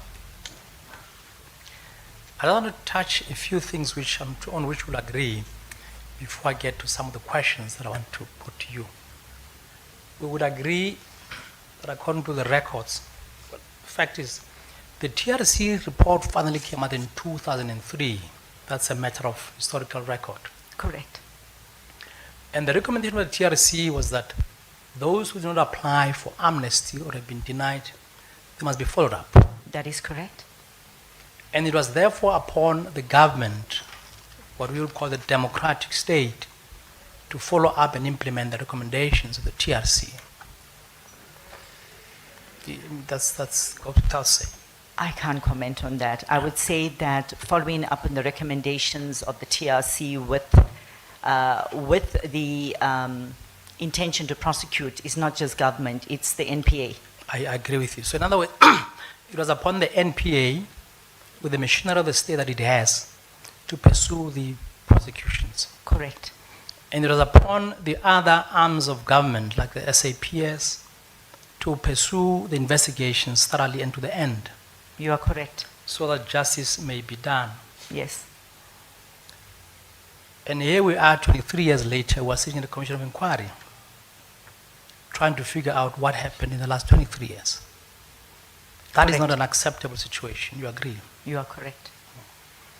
And from the records and the stats which you would know, is that since 2003, and I'm talking about the number of people who have been successfully convicted. We'll talk about the others, but convictions, Yesterday, you'd recall that a document was handed in as SSO6. It was a answer from in Parliament by the Minister of Justice and Constitutional Development. And it's simply a statement about the numbers. And you'd recall, and I'm sure you are familiar with this, from 2003, in 2004, there was a conviction in the matter of State versus Gideon Nieuwoud and two others. 2005, State versus Aaron Tian and another. 2003, State versus Eugene Blanche.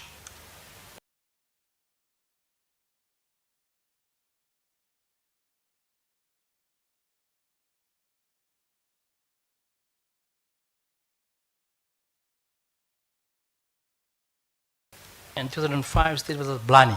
Yeah. But I would not be able to comment.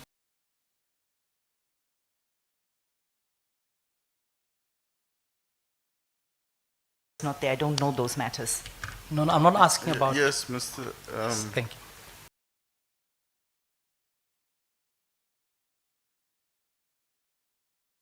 you. I would have thought, because you're looking at the document, to direct the witness attention to that document and ask her whether she has seen it, and then, in fairness to her, she might be able to help us better. I agree. I will get just as it was part of yesterday's hearings, and I assumed that it's with you, but I'll make sure that you get the document. Thank you. I'm indebted to my.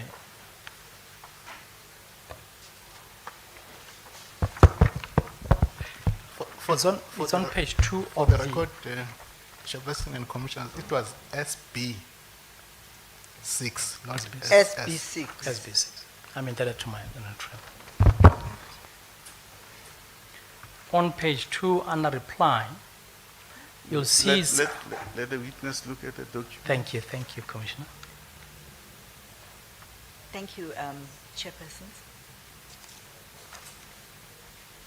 She's ready for you. Thank you. It says a reply progress on prosecutions has been made since 2003. A total of 9 PCLU recorded prosecutions were noted between 2003 and 2017. You see that? Yes, I do. So in total, there were 9 what we call PCLU recorded prosecutions noted. And what I've done is just to pick from 2004, State versus Gideon Nieuwoud, State versus Aaron Tiani, State versus Eugene Blanche, State versus Blanin. Those are about 4 cases. Convictions between 2003 and 2017. And then during your term of office, which started in 2021, September, you have already told us the numbers. It's about 3 or 4 convictions. 3 convictions. 3 convictions, yeah. So from 2003, when the TRC closed its report and gave to the nation, we have 4 plus 3, but 7 convictions, all in all. And this is a state which, in our Constitution, is enjoined to honor the memory of the past and those who made sacrifices for the democracy that we enjoy today. This is a state with a machinery which is supposed to realize those objectives in the Constitution. And would agree by any standard, the numbers don't look good. You are correct. Now, we know that between 2003 and at least 2019, the pursuit of TRC cases was placed in PCLU. That's correct.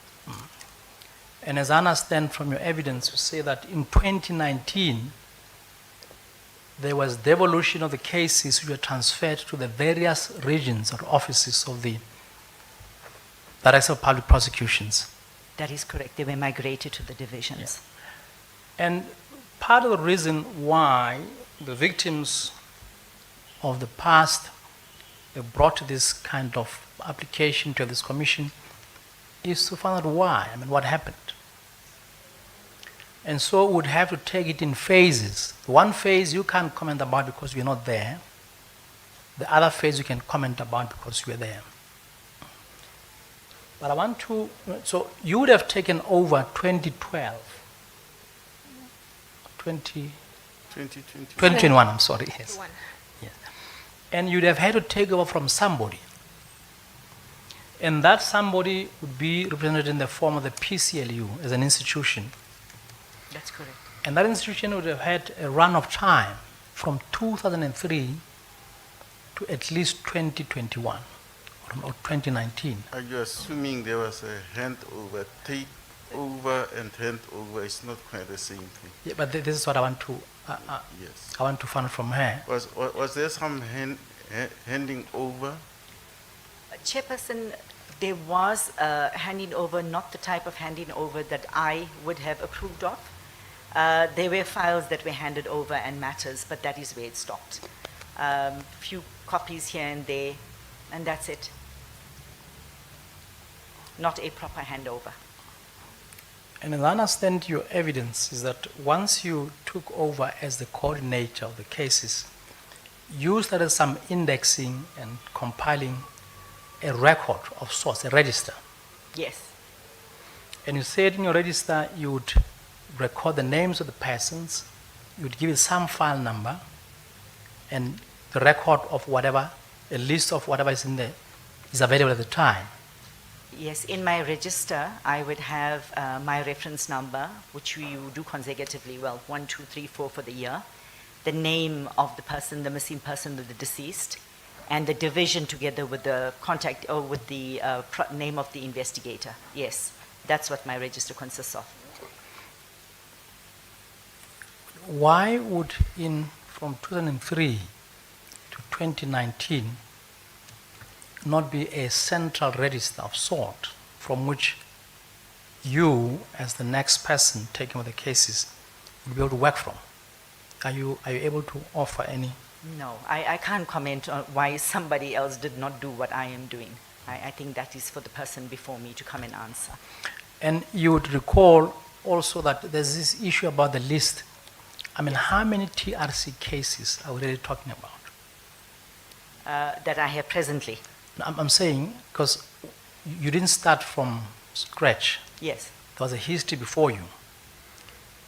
And one would expect that at some point during all these years, because the nation is supposed to know, we are contested about the TRC cases, how many cases are we really talking about? From what I'm hearing, you had to start almost from scratch, compiling a record. No. What I said was that there was a list of matters that were handed over to me.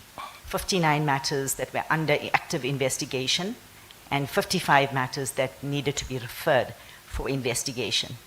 I think I'm very hesitant to comment on the list when I haven't seen one, apart from what I've worked with.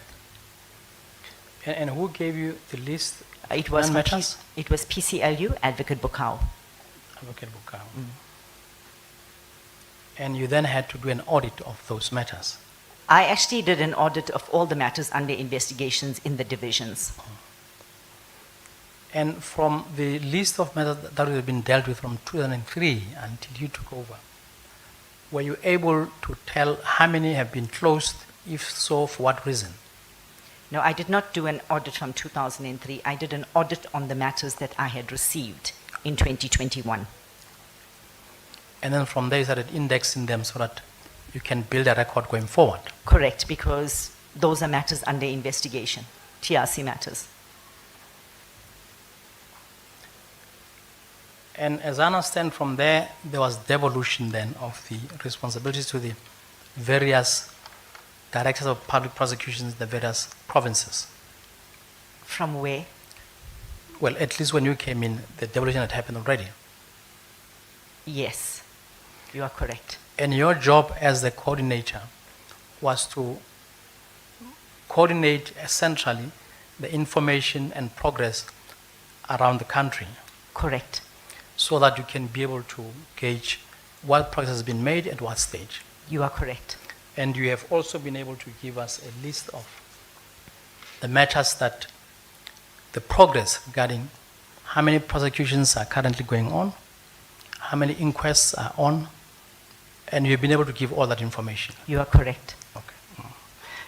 We've had, I think some of them might be coming back, those who were running the PCLU during the time when you're not there. Mr. Advocate Makaram and Advocate Ackerman and others.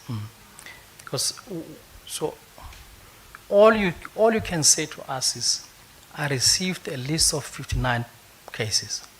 You are correct. You also say you had to go to the TRC records. You are correct. Why did you have to do that? Because when I perused through the TRC final report, I saw there were 7 volumes. I wanted to get a better idea as to what we were dealing with because I did not see a list. And I saw that in volume 2, there were recommendations a case would be discussed, and immediately below that there would be a recommendation as to what the TRC found. And depending on if the matter has not prescribed, and we prefer to deal with the matters within the country first before we do do the matters outside the country. So those were the factors that we took into account, but we are far from where we need to be. See, what I'm wondering is, if there's been work done for 10 or how many years, why do you have to go augmenting the list and going to the TRC records? Because when the TRC finished its job in 2003 and the PCLU was started, the records of the TRC were there already. I'm not sure what you're asking me. Are you saying that we should not investigate TRC matters? No, I'm not doing. I'm saying, I'm wondering in my mind, okay, that if we had 10 years or so of an institution, and I'm not asking to criticize anybody, we had a PCLU that had been operating from 2003. It would have started with the record of the TRC being available at the time. I disagree with you because I can't comment as to what would have happened before my time. I can only tell you what I've done when I was there. So all you did was to go back to the TRC records and to check what other cases could possibly be investigated. No, that's not all I did. Apart from that, I also made sure that we are making progress on the matters that we have, and also reopen the matters that have been referred, where there were matters where decisions were taken.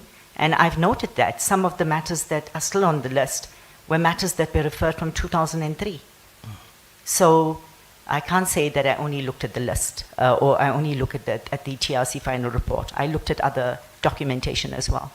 No, please don't misunderstand. I'm not saying that that's all you did. Amongst other things, that's what you did. Correct. And the aim was to be able to do a reality check. How many cases do we still have to investigate? If there were 14,000 violations and 20,000 gross human rights violations, and I'm sitting only with 150, I think the numbers are out there. And the TRC records would confirm that more than 20,000 victims would have made statements. Yes. And here we are, 10 years later, all we are told is there are 59 cases. Sorry, we are told what? No, you were told. You were only given a list of 59 cases. Yes. Okay. And you had to make sure that everything is done to get to the bottom of these cases. Correct. I took an oath to do that. Okay. And from there you started categorizing the cases and making sure that they are followed up. Correct. And hence today you are able to give us statistics about what happened. Correct. But what you are saying is you can't comment about what happened prior to your time. You are correct. How long, no matter how long it took, you can't comment on that.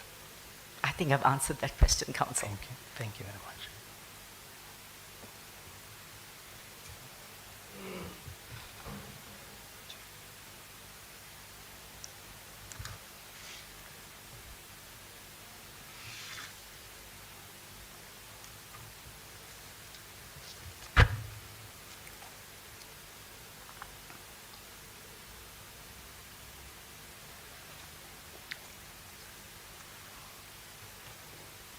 Thank you very much, Ms. Singh. You're welcome, Counsel. Appreciate your assistance. I'm sure the nation needs answers to all these questions. Thank you. Ms. Ntloko, Switch off, please. Ms. Ntloko, I dare say, pursuant to the clarificatory questions that have been put to your witness, there is no re-examination on your part. I will start with this. I'm not sure if that is a dare or please do not, but a subtle please we need to go home. But I do agree with you on that. And I must say, while I agree with my learned friend Nalani about the nation requires answers, unfortunately this is not the witness to provide those. Yes. So that is in fact the end of this witness's Okay. evidence. Thank you. You're not intimidated? No, not at all. Judge and I do come back a long way. I don't think, if she couldn't intimidate a young me, I don't think she can intimidate me now.